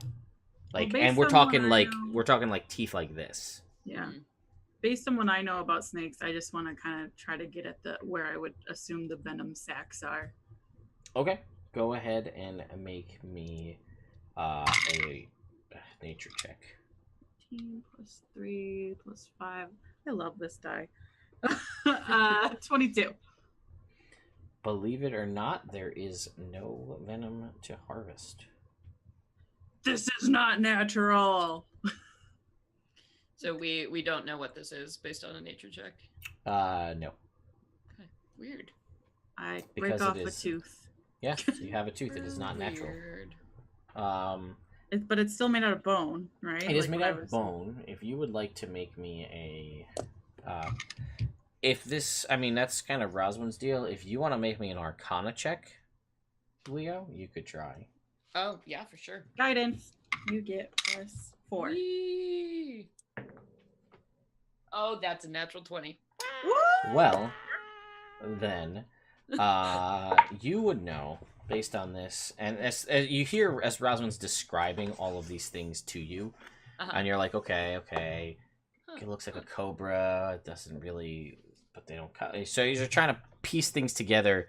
It eventually all sort of clicks in your head that the only thing that is this big, that has this kind of structure, would typically be a naga. Ooh. So massive, hyper-intelligent serpents that typically inhabit areas of ruins of ancient civilizations. They usually have, they come in different varieties. Some of them are undead that look like skeletons and then come to life. Yeah, I kind of back up a little bit. You also know that they do typically have very powerful magic on top of their natural abilities. Okay. And that sometimes they strike deals with Yuan-Ti. Oh, okay. I am going to relay all of this information and be like, we should probably get away from the bone situation. Sometimes they can be undead. I pull my arm out of its gaping. And you're like, Okay. let's be on the lookout. If there's one, there's probably more. And more importantly, what killed it? Because I- that's even worse, That- apparently. Yeah. Okay. Let's just move along. The friggity crack out of here. Okay, so you guys move along. Next day, D20s, please. Damn, how far did this cat get? 17. You guys, as a point of fact, you guys have already traveled about 40 miles through the desert. Woo! I got a would walk 13. What'd you get, And Katie? I would 17. 5. Oh, hey, that's a number. I did a thing. Roll me a D8. Aye. Roll me a D8, please. Oh boy, I got you some D8s. An 8. Oh, hey, a thing. Yeah. Not one of the other things. 8.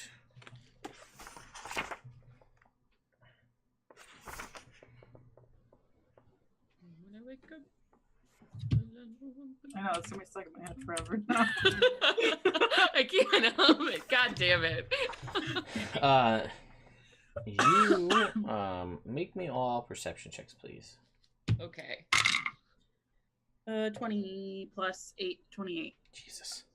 You're Uh, fine. Don't even bother. Okay. With the 28, you hear basically the sounds of footfalls and something kind of like shh moving through the sand. Like a snake? Like a Possibly. sneaky snake? Snake a snack? Like a Coming to- big ass snake? Or Big like ass snake or a normal size snake? Like a larger than normal snake, but probably not a big ass snake. But you also hear footfalls making its way towards you. snake riders. I don't know. And there is, given this kind of situation, you kind of come into a little bit of like a shallow ravine, and it sounds like it's coming from the other end of the ravine. So if you backtrack fast enough and quietly enough, you may be able to get up above and let whatever is passing go on past you or ambush it from above. Let's do that. Stealth Let's checks. do that. Okay, stealth checks, please. Guidance for everyone. Oh shit. Yay. A Oh, fuck me. I keep forgetting about the I got a armor 9. thing. strong 9. Strong 9. Oh, cool. I rolled 2 15s, even with disadvantage. Nice. So, that is an 18. Plus 4. Oh, that is a 22. Odella got a 14, +1. so 15. And Midnight got a 15. +3. 18. So I'll say, Rosman, you were like, oh shit, I could just fly up there. Okay, cool. Because I have fucking I got these wings. wings. Oh. Why don't I just avoid making noise and fly?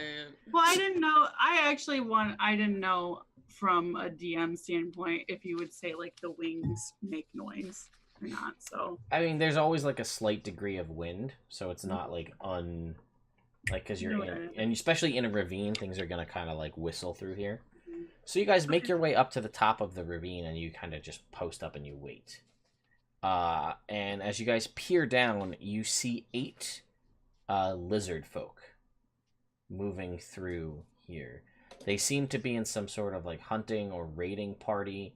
A couple of them have nets, and they have clubs and shields, and again some of them have spears and nets.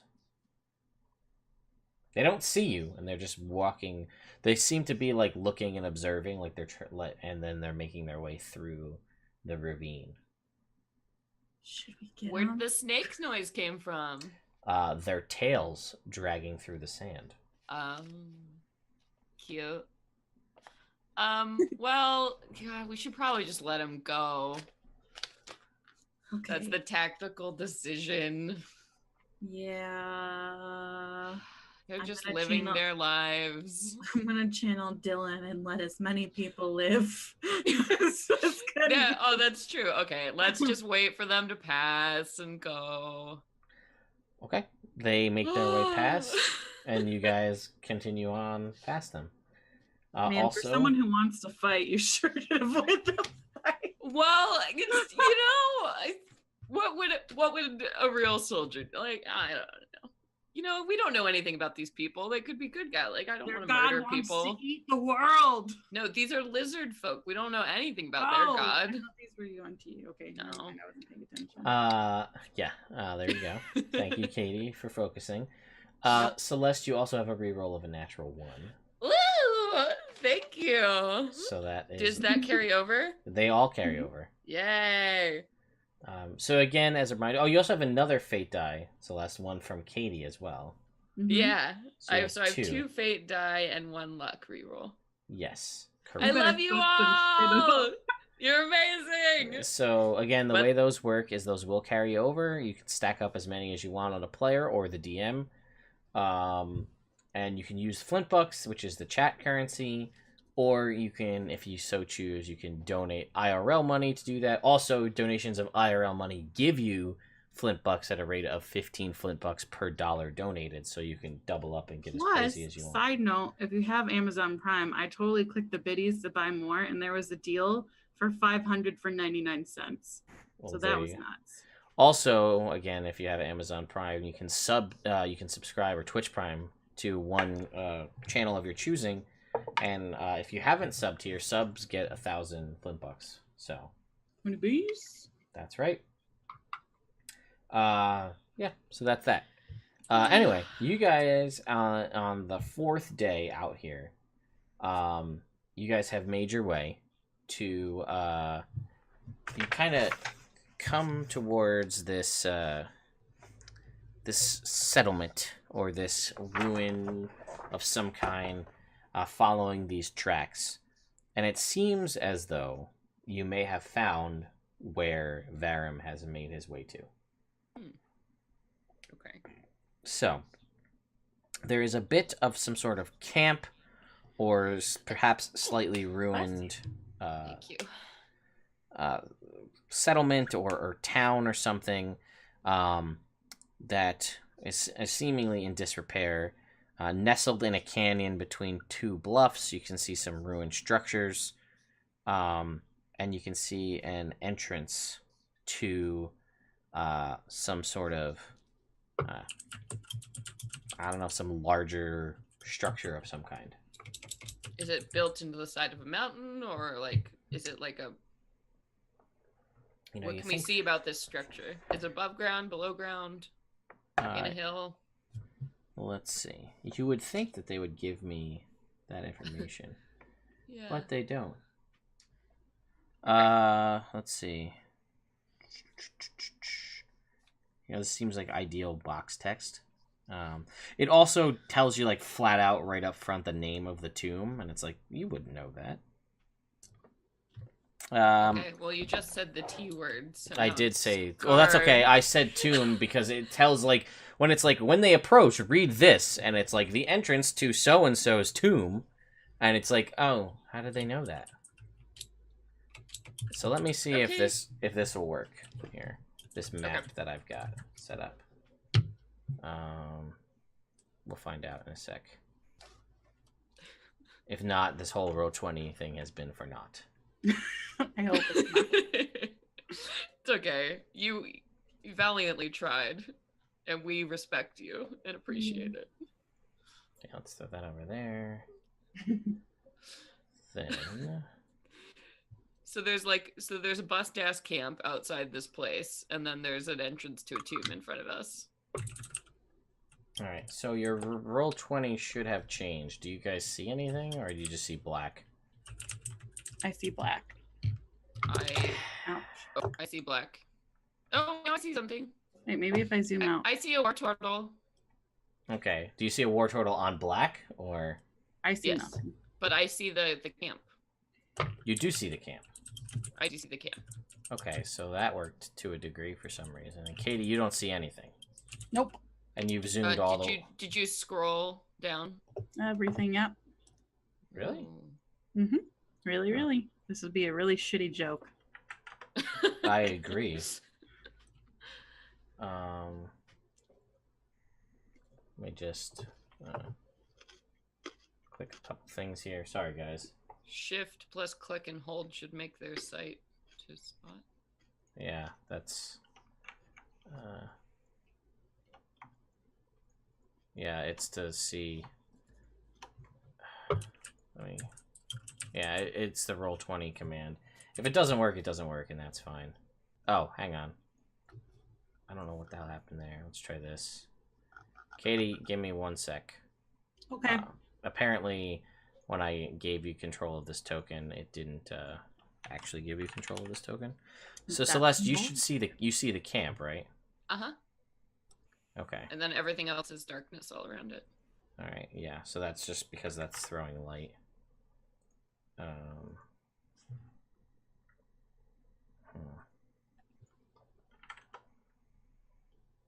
Sorry, guys. This is so Katie. That should have changed now for you. I see a thing. Oh, I'm so tiny. Yeah.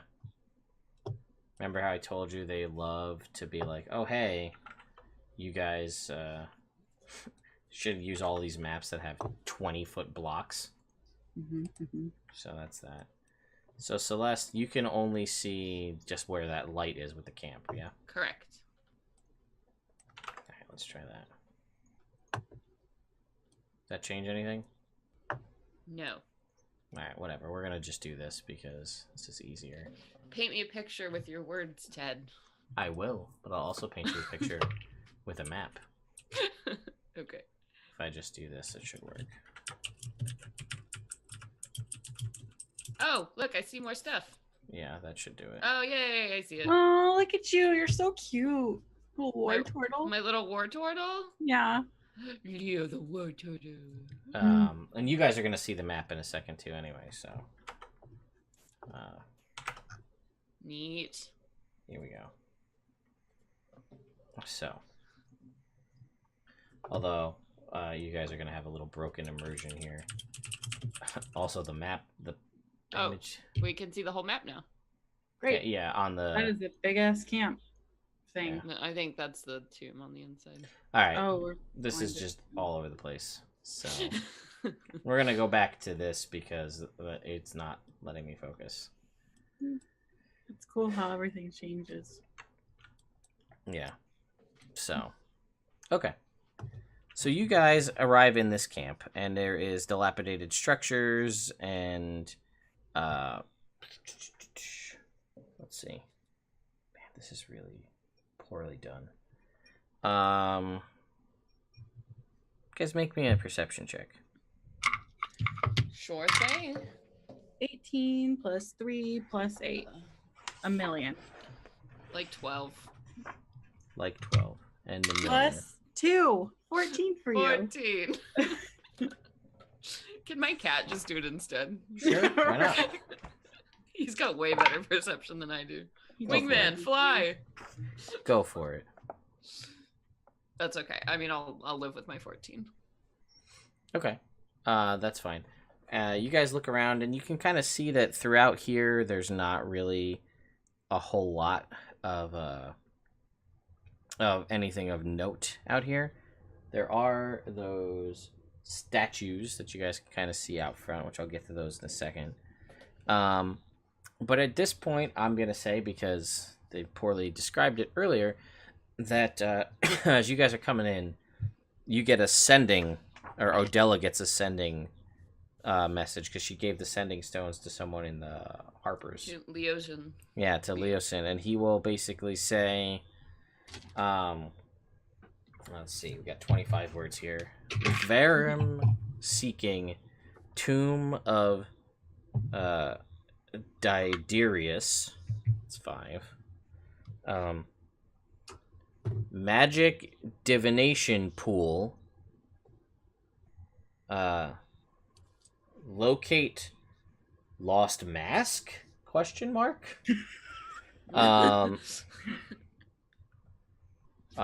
Deep in Serpent Hills. Yeah, I think You want tea? That's one word. Be careful. That's it. Aw. You didn't say I love you at the end? No. It's only because there wasn't enough words. Okay. So insecure. Okay. Deep in Serpent Hills, Yanti, be careful. Okay. All We right. were gonna do that anyway, but it's We're cool. always careful, but thank you. Great. Okay. So Varram's probably in there then. How did he know we were here? Oh, Leosin? Mm-hmm. Well, he probably doesn't. So since No. it says go into deep into the Serpent Hills, and we're like literally already there. We're already deep into the sea. Okay. Okay. You guys also see this campsite where there is a campfire that is burning low. There Oh. are 3 bedrolls. You also see 7 shallow graves dug east Ooh. east of the campsite. So 3 bedrolls, 7 shallow graves. Yes, and you see that there's sort of like, you can kind of see by the campsite and sort of smell that of some kind of a sewer. Yeah, they're okay. And you also notice something there by the sewer. What is it? I will tell you in a second. Do it faster. Tell us. Did they leave their booze behind? No. Party. Let's Yay! get you dancing again, Leo. Yeah, all right. Here we go. Fine Elvish. You notice 3 trolls Oh. by this sewer. They don't seem to notice you yet. 3 trolls by the fire? Well, not near the fire, because that would be dumb. By the sewer. Oh, okay. That is sort of adjacent to, like, 25, 30 feet away from the fire. This thing? Yeah. Okay. The trolls show up for you? I Yep. can kind of see. I can see the edge of one and then the other 2. Well, if you move, you'll see. Hello? No, Oh, I okay. can move. Whoa. Okay. Okay. Cool. What are the trolls? Are they saying anything? Do they seem they're having a conversation? No. Are the bedrolls troll-sized? No. Okay. You also see drag marks, as if bodies were dragged away. Okay. So the trolls probably came and got a bunch of the barbarians or whatever. Is what I'm guessing happened. What do we want to What do you know about trolls? Can they be reasoned with? What do I know about trolls, Ted? Did you guys fight any trolls? I think Did we you fought trolls. We fought hobgoblins. No, I think you fought trolls in the swamp, I thought. Did we? Alright, well, make me a nature check. 11 plus 1 plus 5, 16. Okay, no, they're not going to be reasoned with. And that they... Oh, you almost fought one in Talus's school. There was the four-armed troll you found. Right, that's where we And, nearly crossed blades with Yes, one. they also have severe, powerful regenerative capabilities. Yeah. But that is halted by acid or fire. Yeah. I've got fire. I've got. So does Odell. Are they blocking the entrance to the tomb? No, they're blocking. They're kind of around this like busted up building. The tomb entrance is to the north, past those statues that you saw. You have to go past the statues. You can kind of see a door that leads into the tomb itself. They are kind of near this like ancient campsite where there's some stuff that's broken down. It seems troll-esque because it's a lot of broken shit. Mm-hmm. And this kind of sewer well in front of them probably is where they came from. Okay. Well, I mean, we could ignore them, but I feel like I want to gather more information about like what's in the graves and just get more of the narrative of like what we're gonna be dealing with. So do we want to kill them? Want to fight some trolls? I mean, we don't need to kill them, but we can definitely fight them. But I mean, if they die, they die. Okay. Let's go. You guys gonna Okay, fight if him? we're starting this, I'm gonna finish it. All right, so go ahead with a roll for initiative then. Is it happening? It is happening. It's happening! With like 20 minutes left, or half an hour left, we're gonna roll for initiative. Plus 3 plus 3. 22. 22. An 11. 10 here. 22. 11 for Leo, 22 for Roswin. Trolls. Got Fire, acid, you say? that is what I say. To stop the regeneration, they still will take damage otherwise. Yes. Man,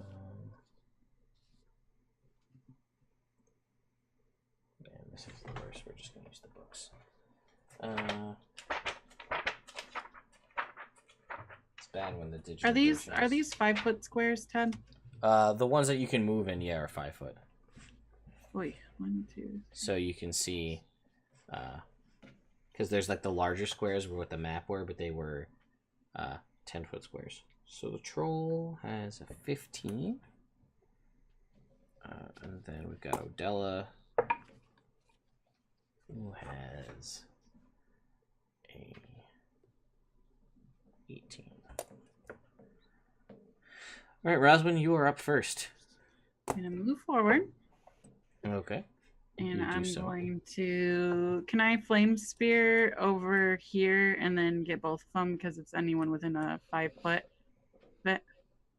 Well, let's see. Depending on where you put it, if you put it towards the 2 on the left, you might be able to, because it's yep. That's what I want to do. Yep, you will say you could do that. So go ahead and cast Flaming Sphere, and then they have to make a dex save, I believe. Mm-hmm. All right. 2d6. Yeah, they're both gonna fail. Okay, that's 7 points of damage. 7 points, a big 7 to both. All right, so your Flaming Sphere is there. It still remains as long as you keep concentration. Anything else? Nope. Okay. Then it's going to be Odella's turn. So let's see what Odella has as far as magic. A lot of it. Quite a bit. Like So- maybe the most. So she's going to drop a fireball Sounds about right. on those guys because that'll hit all of them. So we'll go ahead and make a dex save. 3 failures. going to be 8d6. Oh, shit, man. Again, why are these not stat rolls?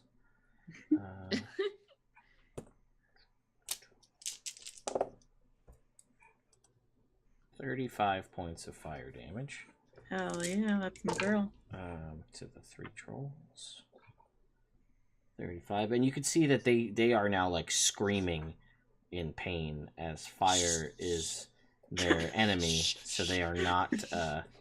they're not being exactly quiet about this, as they, you can smell the scorched troll flesh. Then it is the troll's turn, so they can move 30 feet, 5, 10, 15, 20, 30. Are they wearing any kind of armor? Nope, they seem to have natural armor. I see. It's natural. Thick skin. So we're going to move these guys. And they are avoiding the... Actually, they're just going to dash. So 5, 10, 15, 20, 30. Leo, save me. Alright, so those guys all dash up. But that's their action. So, Leo, it is your turn. Cool. Wow, yeah, you really are in the middle of everything, huh? Okay. I'm going to run in front of Roswin, but before, I guess, as I'm running, I'm gonna go ahead and cast Suggestion on one of the trolls that is flanking her. Yep. Okay, I need it to make a wisdom saving throw. Remind me of one thing. What languages do you speak? Does it have to understand my language? I'm going to check, but remind me what languages you speak in the meantime. I speak Dwarven and Draconic. Influence a creature you can see that can hear and understand you. Oh no! So you try to cast Suggestion, and there is no look of recognition upon this troll's face. That was a hard lesson to learn, Ted. Okay. All right, then I'm gonna go ahead and run right in front of Roswin here and look as menacing as possible as my sword is drawn. Okay. My shield. So that was your action and your movement. Okay. Then nothing for a bonus action. We'll jump back up to Roswin. Okay, let's see. 1, 2, 3, 4, 5. Can I get my flaming spear to move like right over here and like damage this guy? Sure. Okay, so that's gonna be my bonus action. All right. So With he's gonna dexterity save. What's your save? DC? It is 16. Okay, so he's gonna pass. Okay, so that's 6 points, so half to 3. 3 points of damage. All right, to that guy. Okay, and then I'm going to do good old produce flame. All right. God, you guys got a lot of fire. This is great. Yep. So that's gonna be 2d8. Oh, if I hit, let me do that. That's 19. Yeah, 19 will totally hit. That's 11 points of damage. Same guy, or? Yeah, why not? 11 points. Okay. So he takes 11 points of damage. And then I'm going to be an asshole and fly up 30 feet. Okay. You do you. I got this. I believe in you. So you fly I'll come up back. I'll come back for you. 30 feet. I want my cat to fly up too to get out of here. Sure. That can absolutely be a thing that happens, so that you don't have to worry about your Tressum Getting being accidentally killed. stabbed by a troll. Yeah. Yeah, that would be a bad That'd so, Be bad luck. we have to put another grave over there. No, I'm a new cat dad. I'm not gonna let anything happen to my baby. My fur baby. Alright, so then it's going to be Odella's turn. Odella is going to can't really get a good fireball without... Well, let's look at the massive list of magic items that she has. She's got a million. I know. 1,000,001.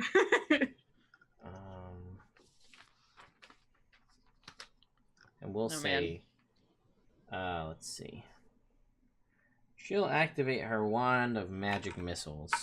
Sounds good. And shoot it at the one that you've been damaging, Roswell. She's going to use as many magic missiles as I have magic missile dice. So that is 3, 4, 5, 6 charges. Oh, no, I'm sorry. I said 6 charges. 3 charges. 4 charges, my bad. How many charges, Dad? Oh, man. Jeez. 4, 4, 4, Wow. 4, Damn. 4, 2. So that is 22 plus 6, so 28 points of damage with this magic missile, and it just like it has exactly 28 hit points and just kills the one troll that you've been damaging. Roswin just gets blasted with magic missiles, and it is dead. Nice. So We did that it. is Odella's turn. That was an action to activate the magic missile wand. And then as a bonus action, she's not going to do anything. Wow. Ha! Yeah. Then it's going to be the other Spit troll's on the turn. troll. So they're going to move in. Trolls are coming for you, Leo. So they can No. only get you. Come at me. So Right here. first... All right, so troll number 1. That is a 26. Well. Yes, that will Come hit. at me a little bit less. Okay, That wait. is- No, maybe. That is 6 points of damage. Great. Then it's going to claw you twice. That's a 25. Wow, Ted, look at you rolling great. That is That's pretty 11 good. points of damage. Then it's going to claw you a third time. That's only a 13. Nope. Then the second troll is going to go. It's going to bite you, and it's going to miss with a 9. It's gonna try. Then it's going to get a 22 on its claw. Yes. Just then, barely. 9, 13 points. Okay. Then it's going to claw you a second time for a natural 1. So that is the troll's turn. Now it is Leo's turn. Okay, I'm mad. So I'm just gonna hit it with my sword. Okay. Snicker snack. Let's see it.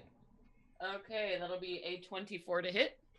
That'll My totally first hit. attack. Mm-hmm. Okay. Oh my god, I'm rolling my sword damage! Yay! Yay! Okay. Yay! Okay, so 3 plus 6 is 9 plus 6. 9 plus 6, 15. 15. Okay. And 6 of that was force damage.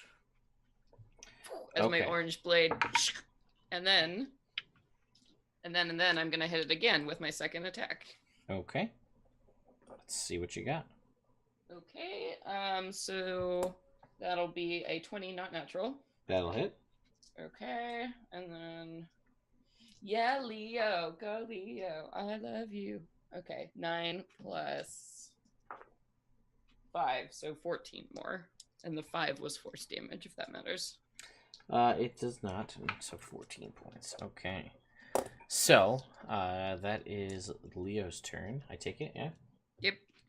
And it's gonna go back to the top 2, Roswin. Yeah, I'm gonna move my sphere to this guy. Okay. And then I'm going to also, once again, do produce flame. And you're moving it to the guy that Leo's been hitting, or? Yep. Okay. If he fails, so go ahead and roll your damage. Natural 20.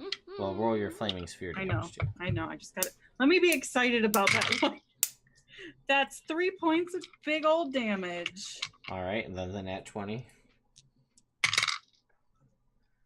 Do I get to double my dice for a spell for a nat 20? Yeah, it's dice. It's an attack roll. Woohoo! It's 48. 17 plus 22. All right, yeah, you totally guy just into cinders, He is also dead. Hell yeah. All right. Then is anything else? No, that's my whole thing. Okay. Then it's going to be Odella's All turn. the marbles. And she is going to just firebolt. Does she have firebolt? I make that up. Everybody has firebolt. That's like spell Not 101. Odella. Oh, Not Odella. well, We're gonna Eldritch Blast instead. That's a nat 1. And that was so close to a nat 20, but that's 2. So Odella just... 2 Eldritch Blasts, they both miss. Then it's the troll's turn. So the troll is going to use its action to disengage and move Ugh, 30 feet away. what a baby. What a weenie. Then it's going to use the rest of its movement. Right into the fire. Yeah, well, except for that. So basically, it moves over to this like sewer tunnel, and you watch, and it's just sickening to watch as it begins to dislocate its hips and its shoulders, and it like dives headfirst into this like tunnel. Wait, how did he get all the way over there if he disengaged and then... Could only move 30 feet. I guess that's true. He could only move 30 feet. Well, disengage is No his way he's action. getting in the way. Lawyered. That's fair. He's gonna get murdered, Ted. You know what? Then he's not going to disengage. He's going to dash. So he's going to prompt an opportunity attack from Leo.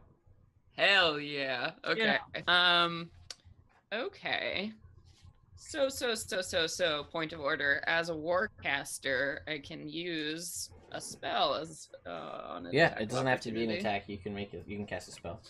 Cool. I think it has to be cool, a spell that cool. targets him. But yeah. Yep. Oh right. So.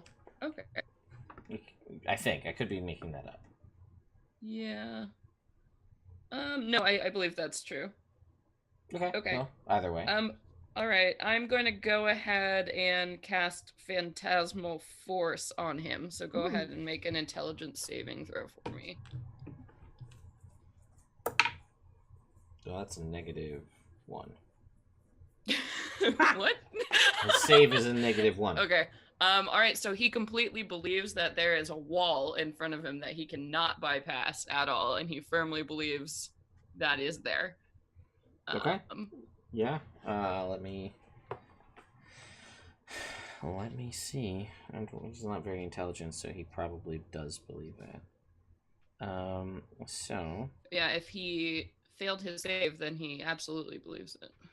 Oh yeah, I just see intelligence. Yeah. So he has to make a save. Target must make an intelligence saving throw. Fail. Believes the object that is no larger than a 10-foot cube.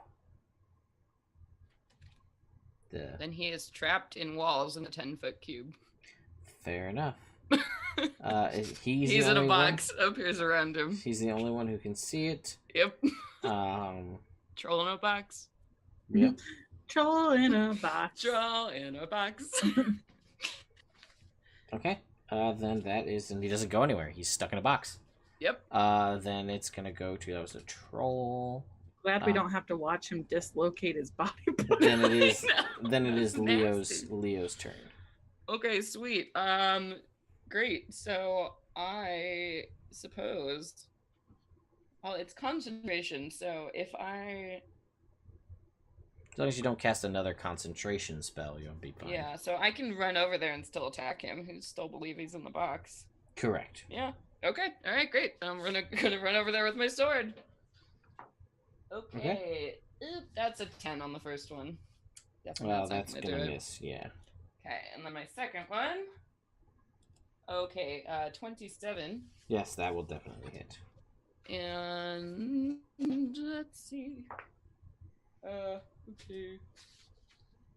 So 7 plus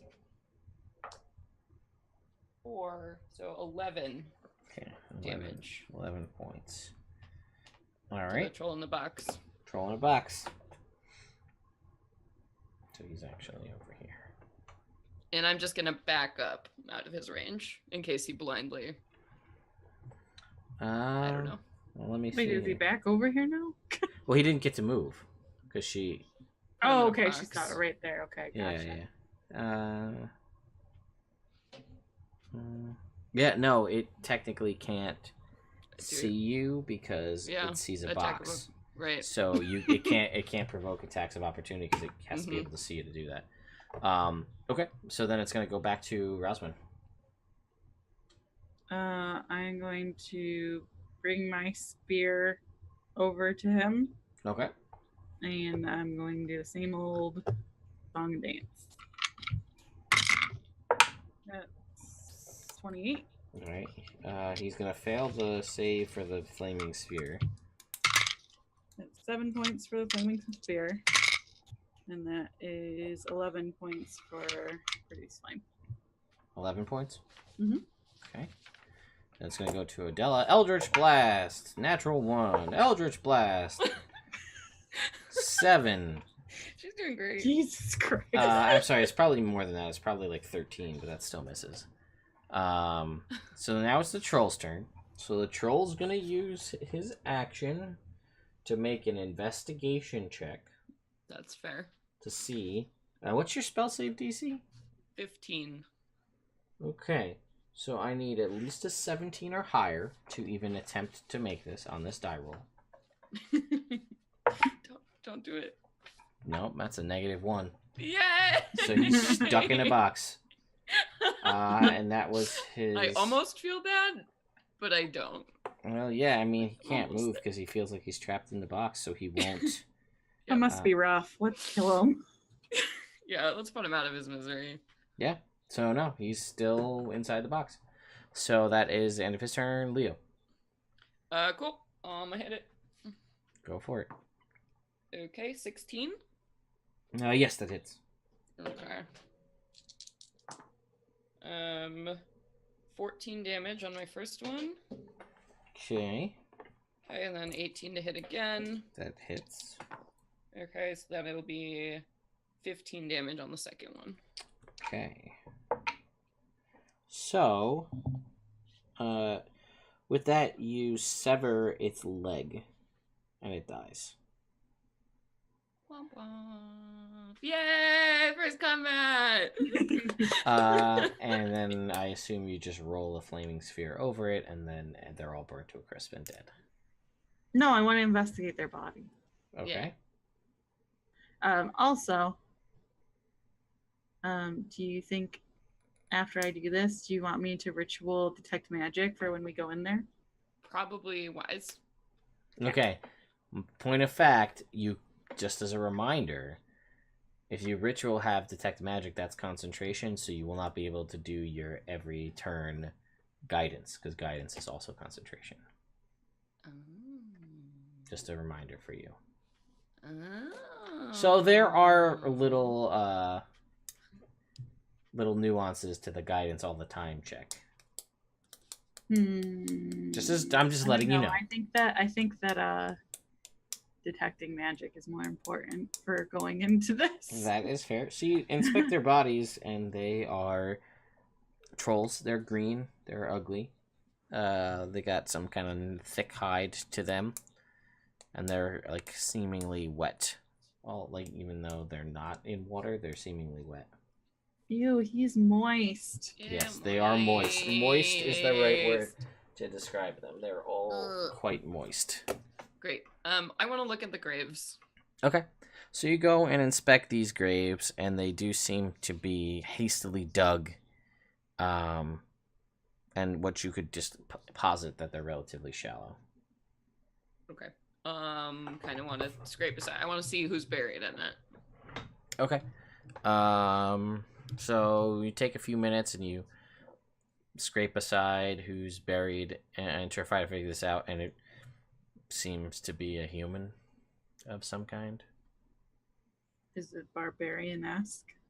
No, you wouldn't say that based on what you can tell. How long ago did they die? Are they fresh? Or are they like all? They're fresher. They're not like skeletons. Make me a Are they medicine. still maggoty? Make me a medicine check. Yeah. Where do I keep putting my dice tray? Did you check your butt? You beat me to it, you son of a bitch. What is that? That's not a funny joke.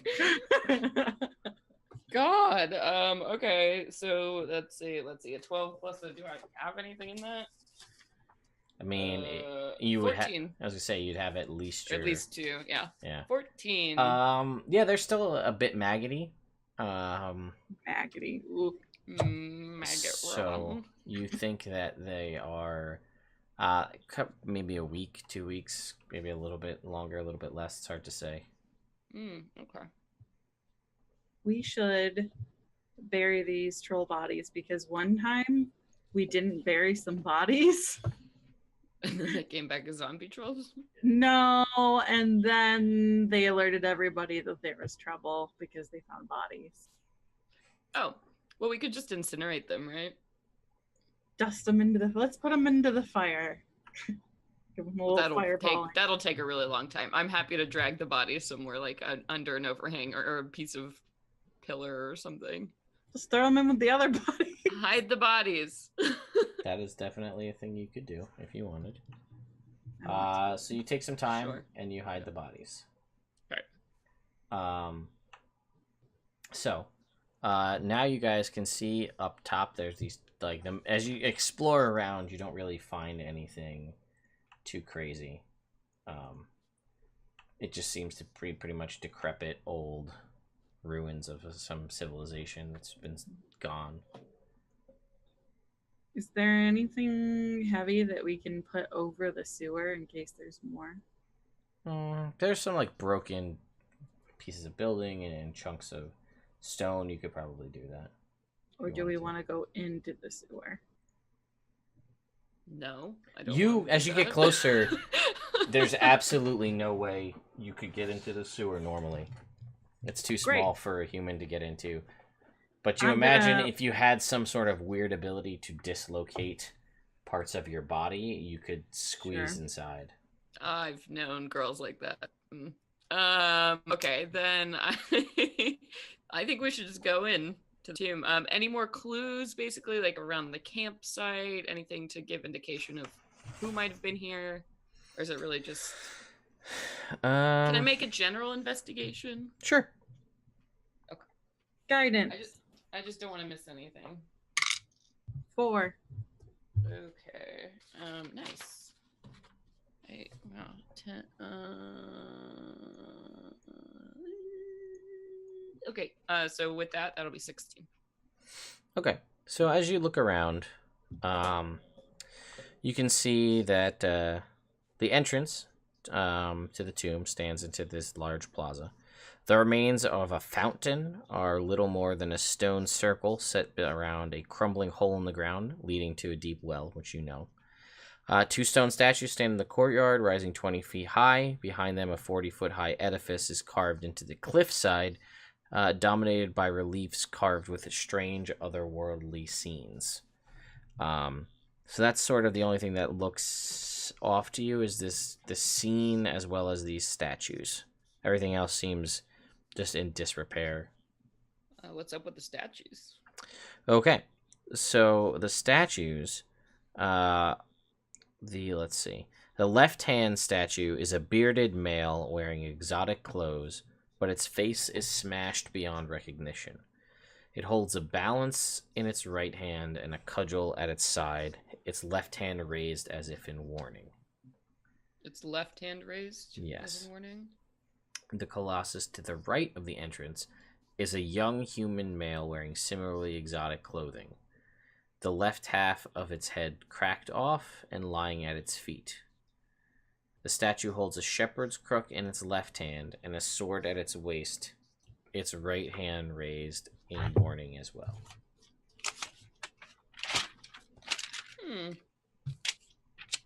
Okay, right hand in warning. All right. Is there any history check or anything we can do, guys?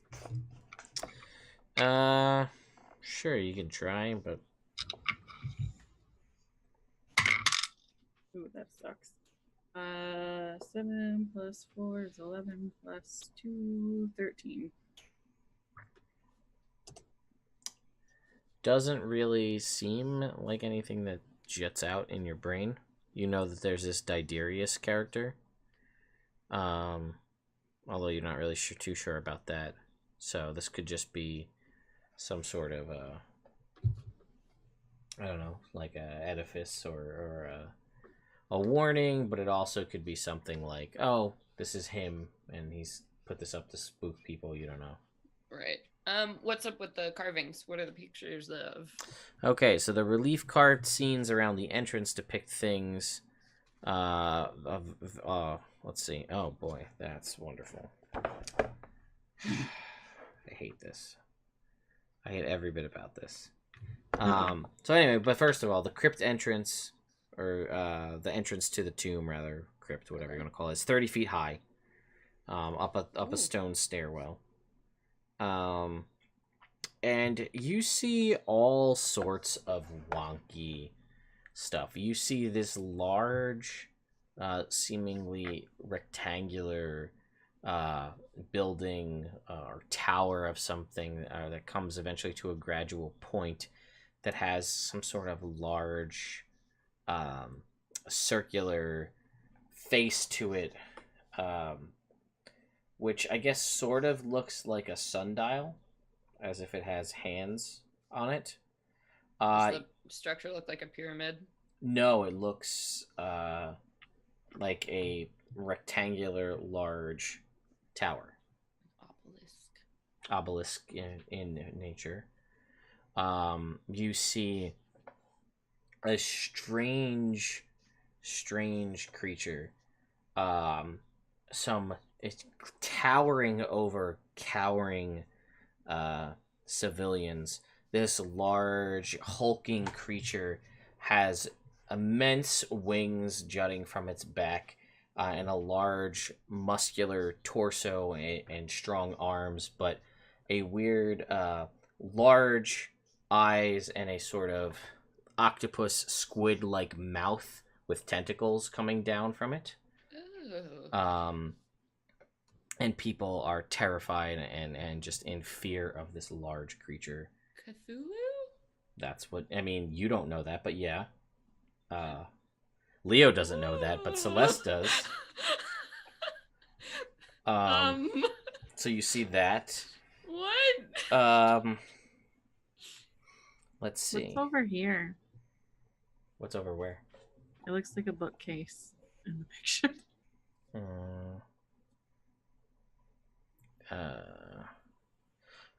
It is a bookcase, but it's got like the books seem to be all like, it's actually more like parchment and a couple of destroyed books that have since been weathered by the test of time. Nothing of real note to you.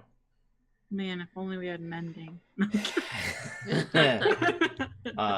see what Most else. useful spell ever. Does Adela have so that we now? found out. Okay. Adela does not have the that. tomb. You'd think that she would have taken it. You would think that she would have. This is super Let's weird. see. What else do you see? You see a large castle of various spires with connecting walkways, and again on a cliff, this massive Gothic style castle, and with like a moon in the background behind it. Let's see.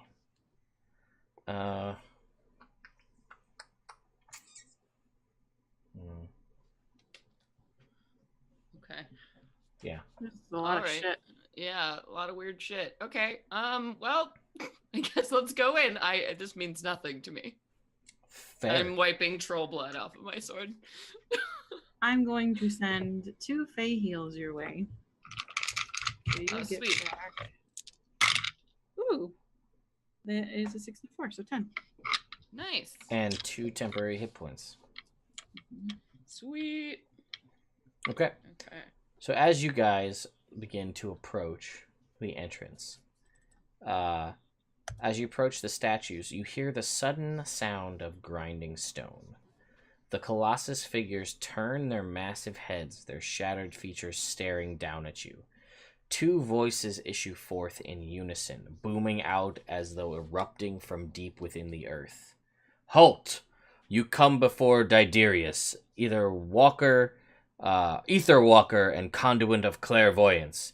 Behold ye now his wondrous triumphs. Diderius extends his wisdom, and Diderius offers knowledge. Which do you seek? Oh, we have to pick wisdom or knowledge. Ooh. I mean, like, wisdom's like if you teach a man how to fish. But I mean, we're here to get information. So knowledge?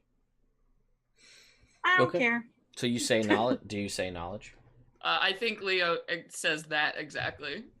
I guess knowledge.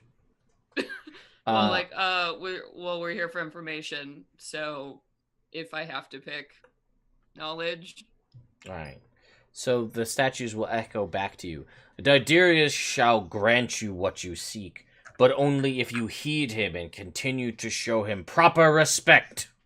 And then they revert to their original positions. Sweet. So, like, is he Diderius?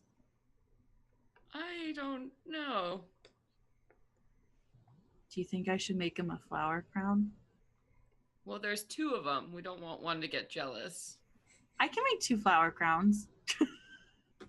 I don't think so. Well, maybe. I mean, let's leave an offering at the entrance of the tomb. It can't hurt, right? We have to be respectful.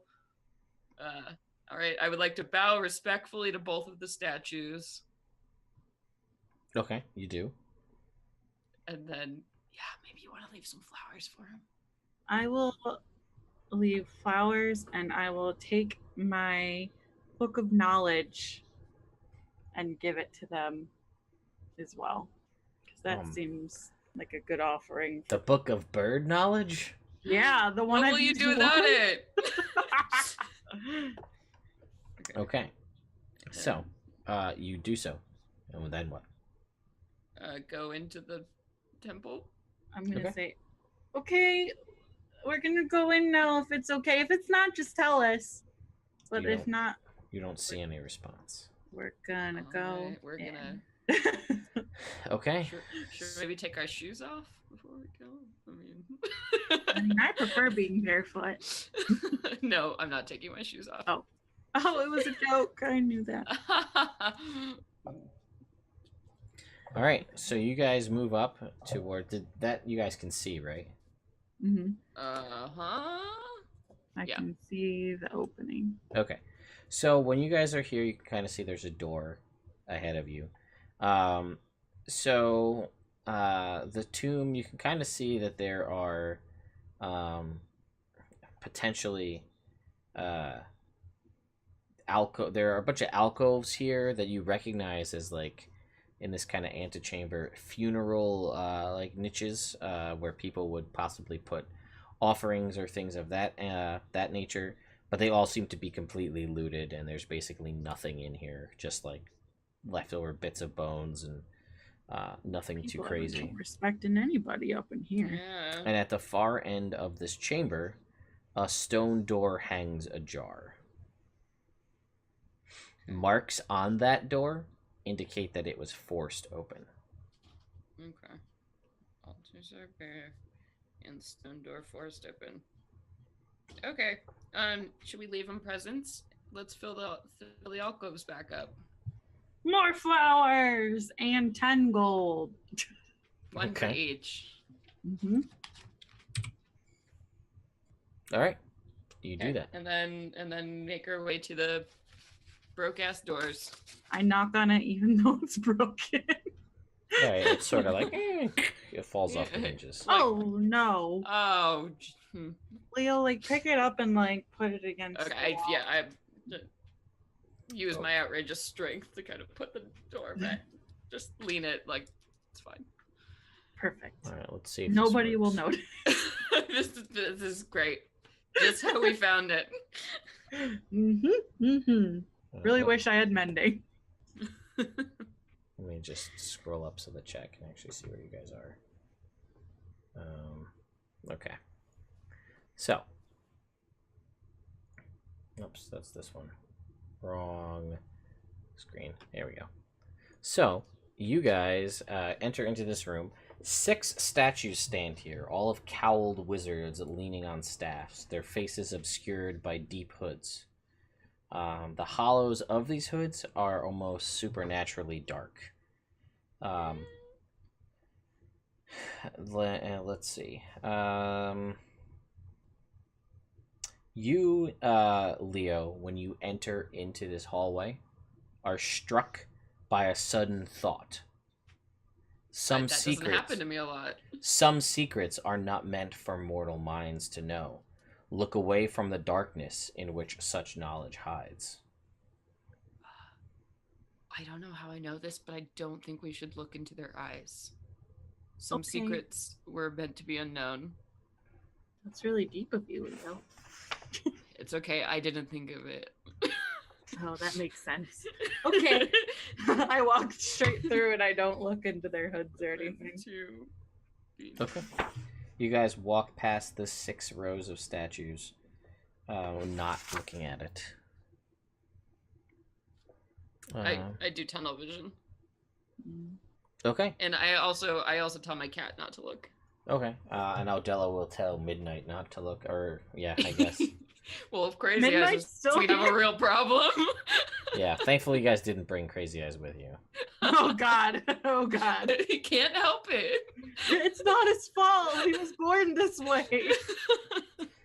So, you guys make your way to the end of this hallway.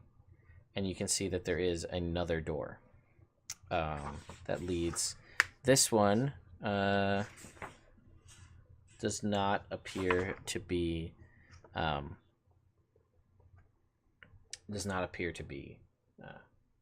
knocked off or anything like that. It is closed, but you can open it and head in if you so choose. Should I do that ritual of detect magic? By the way, before we get deep in this shit. Well, now that we're in here, it's kind of creepy. I mean, if we're just like gonna take 10 by the dark evil statues, I don't know. I don't feel great about doing that right here. Okay. Yeah. Oh, and after that, I would like to send a thank you Diderius, for that insight. You are wonderful and wise.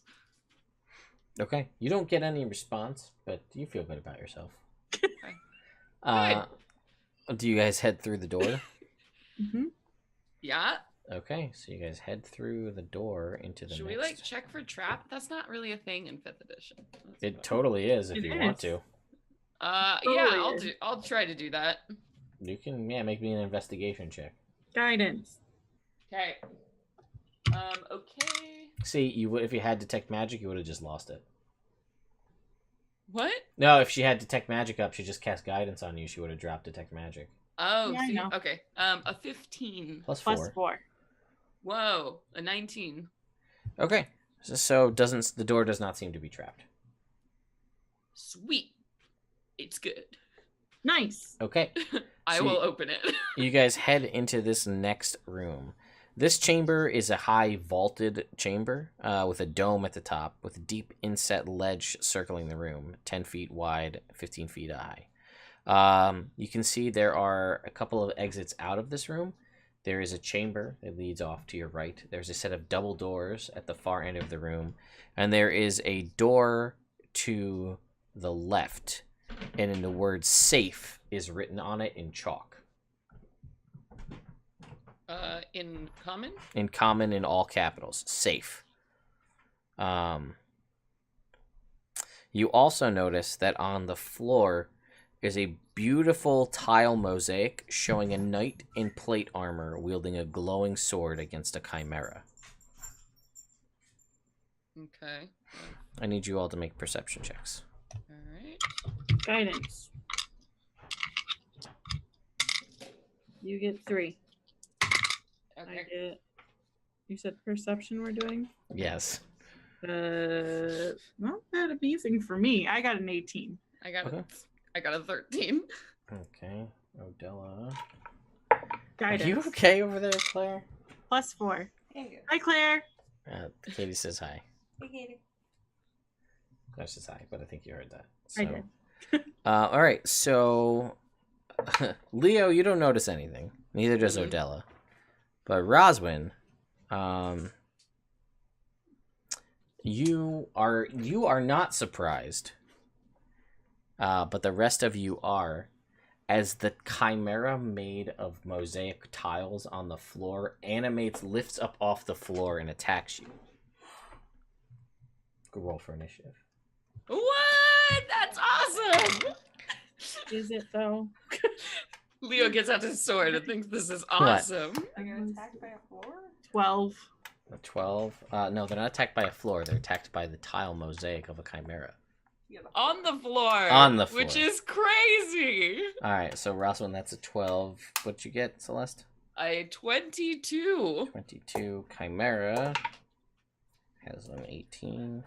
Whoa, this is bananas. And Odella has also an 18. Alright. Leo, you are up first. I don't even know what to do. I'm just so excited. Okay, let's see.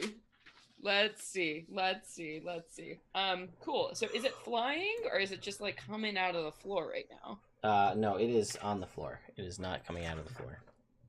But so it's attacking from like our feet? Yeah, basically from the ground. Is the entire floor of this room mosaic tile? Yes. So there's Can nowhere you walk safe the to other step floor where it then? couldn't follow. Say that again, Claire? Can't they just walk the other floor then? No. That's what I was trying to do. That's what Celeste was just trying to do. Okay, so Oh, actually, you can't do anything, Leo. You're surprised Oh, by the thing because you didn't see it coming. Fine. It's coming. I go ah and let out a really manly scream. Yes, the manliest of screams. Let me drop this onto... So you said it's still just like a design in the Okay. floor. It doesn't pop out. Oh, no. It pops up. Okay. Oh, okay. I Here's thought we the were thing, fighting. though. I was I'm like, more comfortable with this strangely. yeah, like we're fighting Paper Mario. I'm like, Well, what here's the the fuck thing. is that? It's extremely hard to see as it's only 1 inch thick when you look at it straight on. We are fighting Paper Mario. Yeah, basically. So it's extremely difficult to see when you fight it straight on because it's only as thin as a tile. So, sucks. Oh, first cool. up is the Chimera. So, it is going to attack. Oh wait. It's gonna... Can it do that? Can it do? It can. Okay, so it's gonna... It rears back. The dragon head of the Chimera rears back, and from its mouth, rather than fire, is bunch of bits of tile that eviscerate you in a tile shatter breath weapon. I need you all to make me dexterity saving That's throws, please. ridiculous. What is this? I got a natural 1. So that's a fail. Okay, I got a 15. 15 is just passing. Odella's gonna fail. Okay. So let I me... raise my shield. I'm like, oh, I crap. would really rather if you shot fire at me, please. I know you would rather. 10, 19. Whoa, this is super cool. I don't like this, but it is awesome. You're gonna take 26 points of slashing damage, Roswin and Odella. Whoa! You're gonna take half. You're gonna take 13, Leo. Bananas. Wow. Okay. So, that is its turn. Right, that's its action. Yes, to do the fire breath. So that, or the tile breath rather. Wow. That is its turn. Then Roswin, you're the only one not surprised. So Roswin, you're up. Sure. I'm going to. Should I use a spell? I'm gonna use a spell. I'm gonna cast good old Moonbeam. Okay, so it's got a, so it drops on top of it, and it has to make a Constitution saving throw. Mm-hmm. it is going to fail. Oops. So go ahead and roll your moonbeam damage for me. Celeste is so freaked out by this. Oh, that's good. That's I good. am. I love it. That's really good. What do I do? Yeah, that's 2d10, right? Yeah. I got 19. Shit, dude, that's awesome. That's like the best I've ever rolled for that. I mean, you can't get much better than that. Only 1 point. Yeah. Okay. So it is now there's a beam of moonlight shining down upon it. Then we're going to go to the top of the initiative. Now it is your turn, Leo. Cool. All right. Well, let's go ahead and do... I wonder how this is going to work. Well, if Arthur's Stone area, Earth Tremor might be interesting. Your call. Yeah. Okay. No. First off, all right. I'm gonna run in there and like superimpose my body in front of everybody else, just because I'm a hero. And then I'm gonna try and bestow curse upon this creature. Okay. So go ahead and make a Wisdom saving throw for me.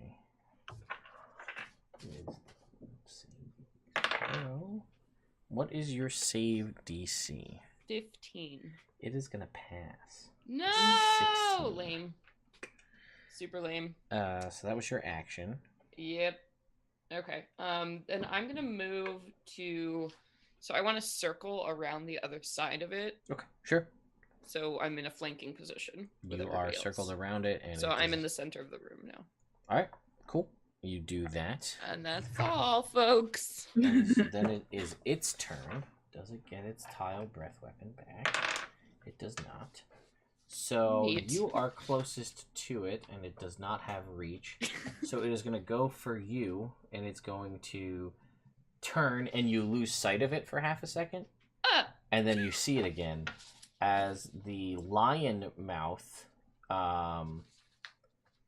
comes out to... I'm sorry, so no. conflicted No, about not the this. lion mouth, the dragon mouth. Dragon mouth. I hate that one, but I love the other comes one. to bite you with 13. Then the lion tries to claw you with its lion claws, and that misses with a 10. And then the ram tries to headbutt you with its horns, and that's a 19, so that misses too. He also has to take moonbeam damage. He does take moonbeam damage. It's the end of his turn. Or start of his turn, rather. 13 points. 13 points. What's your DC? 16. So yes. he passes, so he's going to take 7. Okay. Then it's going to be Odella's turn. So Odella, what is she going to do? What you gonna do, girl? Let's find out. What are you gonna do? Man, My spells are just garbage. she is But going... you're great. That was just a lucky roll. Your spells don't define you. She's going to try Eldritch Blast again. That is a 19, so that's going to hit. And then a 4, so one of them's going to hit. And she's going to deal 11 points of damage to that. Alright.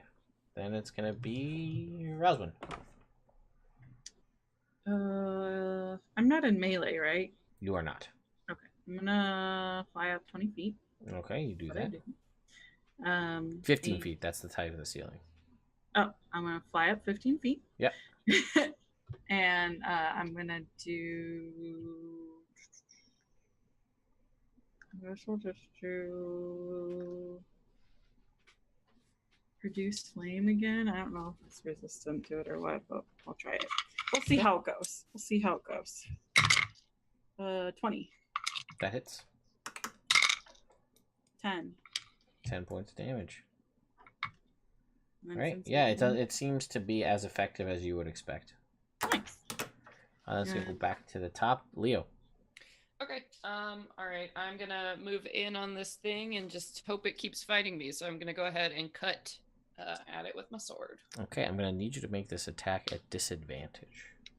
Why? Because it turns its shallowest point of its body towards you, so it's hard to see, so it gives you disadvantage. What? Can I retcon and do something else then? I mean, you wouldn't know it. It's a reaction that it's doing it in relation to your attack. So no. I would have cast Fairy Fire on it, but that's okay. Well, you could do that, but that's your action. Oh yeah, yeah. I Okay. think I should do that instead. If I realize that it's like really hard to hit, I think I'm gonna go so Fairy Fire. So Okay, we so all he's get gotta make advantage to attack, or it cancels out the disadvantage. Right, but he's got to make a dexterity saving throw, I believe, to dodge the Oh, fairy do you? fire. Yep. Yes. I feel like a Okay. lot of people forget that, and the Oh, only yeah. reason I bring it up is because I've had it used against me, and I never forget. And Never forget. Well, I played through Out of the Abyss, and with the amount of drow that have fairy fire, which is all of them, yeah, I'm like, no, hold on, let me just check. Yeah, dexterity saving throw. Okay, yeah, well, it's not very dexterous. 2. All right, so it fails. okay. Blue, green, or violet light? I'm blue, obviously. Obviously. Ted. Okay. Hey, Why did that- you even ask? that was more of a test for you to see if Blue you. lion, Ted. I know. I'm Stay just in checking. character. Okay. So yes, it is illuminated in blue light. All attacks against it have advantage, and it can't go invisible if that's a thing. It could do. Woo! Okay, sweet. So then that's my action. But I do also want to send, just as I didn't say it, I want to send Wingman flying away. up to Yep, that's fine. Raptors, I in assume. case I get. Well, I know. Hopefully you can assume it, but I'm out for my cat. You know, like. Yeah, man. gotta- I got you. I love my cat, man. All Good right. cat dadding. So that is. You it. know what? And what I'm gonna do? I'm sorry. I'm That's gonna go okay. ahead and why not? I'm gonna do action surge and then hit it. Okay. Yeah. So you have advantage. So it's a straight roll. So Yep. go ahead and make some attacks. Okay. A 14. A 14 will hit. So go ahead. Yeah. Okay. Sweet. All right. And then, so that'll be 11 slashing and then 3 force, which I feel might help, maybe. 11 slashing, 3 force. It does. They all seem to be doing, the same, like the full amount of damage. Okay. Nothing seems to be over the other. Now this second attack, you can make an advantage Nice. because it can only use its reaction to do that once. Nice. Okay, then that'll be a 16 to hit. 16 hits. Okay. And then that'll be 14 slashing and 1 force. Okay. And It then is. to round it out, I'm going to use my bonus action to get my second wind and regain Sure. some hit points. Go ahead and heal yourself up a little bit. So it, you see, like some of the tiles are starting to like fall back into place onto the floor, but it is still present. Then it is going to be its turn. So Wait. Take damage. yep, it's gonna 14 fail. points. 13, 14. 14. Okay. Then it's going to attack Leo with Bring its- it. So Dragon Bite is a 20, which misses. Nope. Lion Claw. Nope. No. Ram Horns. Oh, that's a 26. Yes. That will hit. Give him the horn. Give me that D12. Meh. See, goats, man, they're horrible. Well, it only does 5 points of damage. Okay. I go, ugh. And I Then it's take it right in my strong, beautiful man pecs. And then it's Odella's turn. Eldritch Blast 1 will hit. Eldritch Blast 2 will miss. Eldritch Blast is not doing so hot. But it's going to do 13 points for the one that does not hit. So bad. that's not too bad. Did you Um, roll with advantage for her? Oh, you're right, I didn't. So that one will hit. And the Aha! second one will hit then. Yay! Yay! And that's actually the exact amount of hit points. So as she hits it with these 2 Eldritch Blasts, you watch as the tiles collapse and fall like ting ting ting ting ting back into place and remake the Chimera on the floor. Ooh. That was not very nice. Leo's like, that was cool as hell! And then I put out my hand and a cat flies back to me. Nice one, wingman. Good looking out. I start to fly towards you, and then I realize it's not for me. Oh, I'm sorry. You definitely couldn't fit on my arm. He would try, but Not with that attitude. no, that can't do attitude. I do have to go though, because I still have to take out a bunch of carpet to the curb Yeah. for my basement. No, remodel. that is absolutely a good stopping point for tonight. You guys have destroyed, seemingly, this animated Chimera made of tile mosaic. You have entered into the Tomb of Diderius. Diderius, rather. Do you feel fulfilled, Celeste? I do. I feel like so much happened. I'm so happy for you. So, And I feel like Leo is pretty useful in a fight, so I was worried. Yeah, he's great. Oh, and Katie, you also have a luck as well. Ooh, let me put it on my sheet. So Yay! yes, I'll try to make it public. I just have to remember to do this, guys. The tracking sheet, so that you guys can see who in which of your favorite Nerd Immersion streams have what they have. Certain things are limited to once per stream. Certain things are limited to once total till it's used, which is like the fairy in a bottle, i.e. from Legend of Zelda. For a ton of flint bucks can grant everybody, or the person that you choose to give it to, basically the effects of a death ward spell, more or less, so that when they go to 0, they go to 1 instead. But that is once they have it, they can only have 1, and that's till it's used. So they have it till whenever that happens, if it ever does. And then Ted murders them 5 seconds later. Anyway, guys, thank you so much for watching. Katie, why don't you tell us about who you are since you have to leave, and then. Okay, hi everybody. You can find me on Twitter at lazy_mermaiden. I also play every Sunday on, I think it's Ewok Fuzzy Nuts. That's right. Yep. Yep, Ewok Fuzzy Nuts is a stream where I play a tiefling paladin of Sune who owns a brothel, which is pretty fun. Very opposite ends of the spectrum from cute little Boop Rosalind, so come check it out. Okay. Thank you for that, Katie, and we appreciate you all of the cute little booping that's happened so far in this episode and this campaign. So Celeste, what about you? Yeah, everybody, if you didn't catch it, my name is Celeste Konowich. When I'm not here, you can find me over on the Venture Maidens channel, where I DM for that podcast / live stream / other D&D fun games. So we do that every Wednesday. So check us out on the channel, theventuremaidens.com. Or that's our website. Wow, I'm tired. Also follow us on Twitter at Venture Maidens, or if you like me personally, at C Konowich on Twitter, and let's talk about stuff. Yes, and then again, if you didn't say it, they stream it's at twitch.tv/theventuremaidens. The Venture Maidens. That. And I'm Ted. This is Nerd Immersion. This is my channel. Sorry for the insane amount of PAX East content, or not sorry if you guys like that, because there's still more videos coming out. I have an Elderwood Academy video and a handful of other ones that are high on the heels of this. And if you noticed in the top right-hand corner of your screen, the critical hit, critical miss card donations is still in effect if that happens. But the goal up there is a pretty lofty goal, and the reason why is I have the ability to do some streaming and some editing from conventions, but like if I do one of the other, it shuts down my entire computer for the whole time.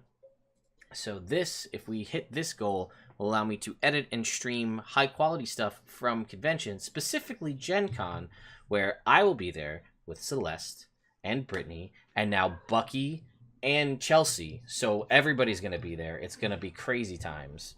So we're all going to try to get together and stream actual real life in-person games together. So this would help facilitate that. Do the bits count towards that goal? They don't, but they can. Okay, like, just curious. In the grand scheme of things, they will. Give me 1 second. You know what? Actually, guys, thank you so much for watching. My dogs are barking. I'm going to let them inside. We're going to bring the stream to an end. We'll see you in 2 weeks. Bye, everybody. Bye. Bye.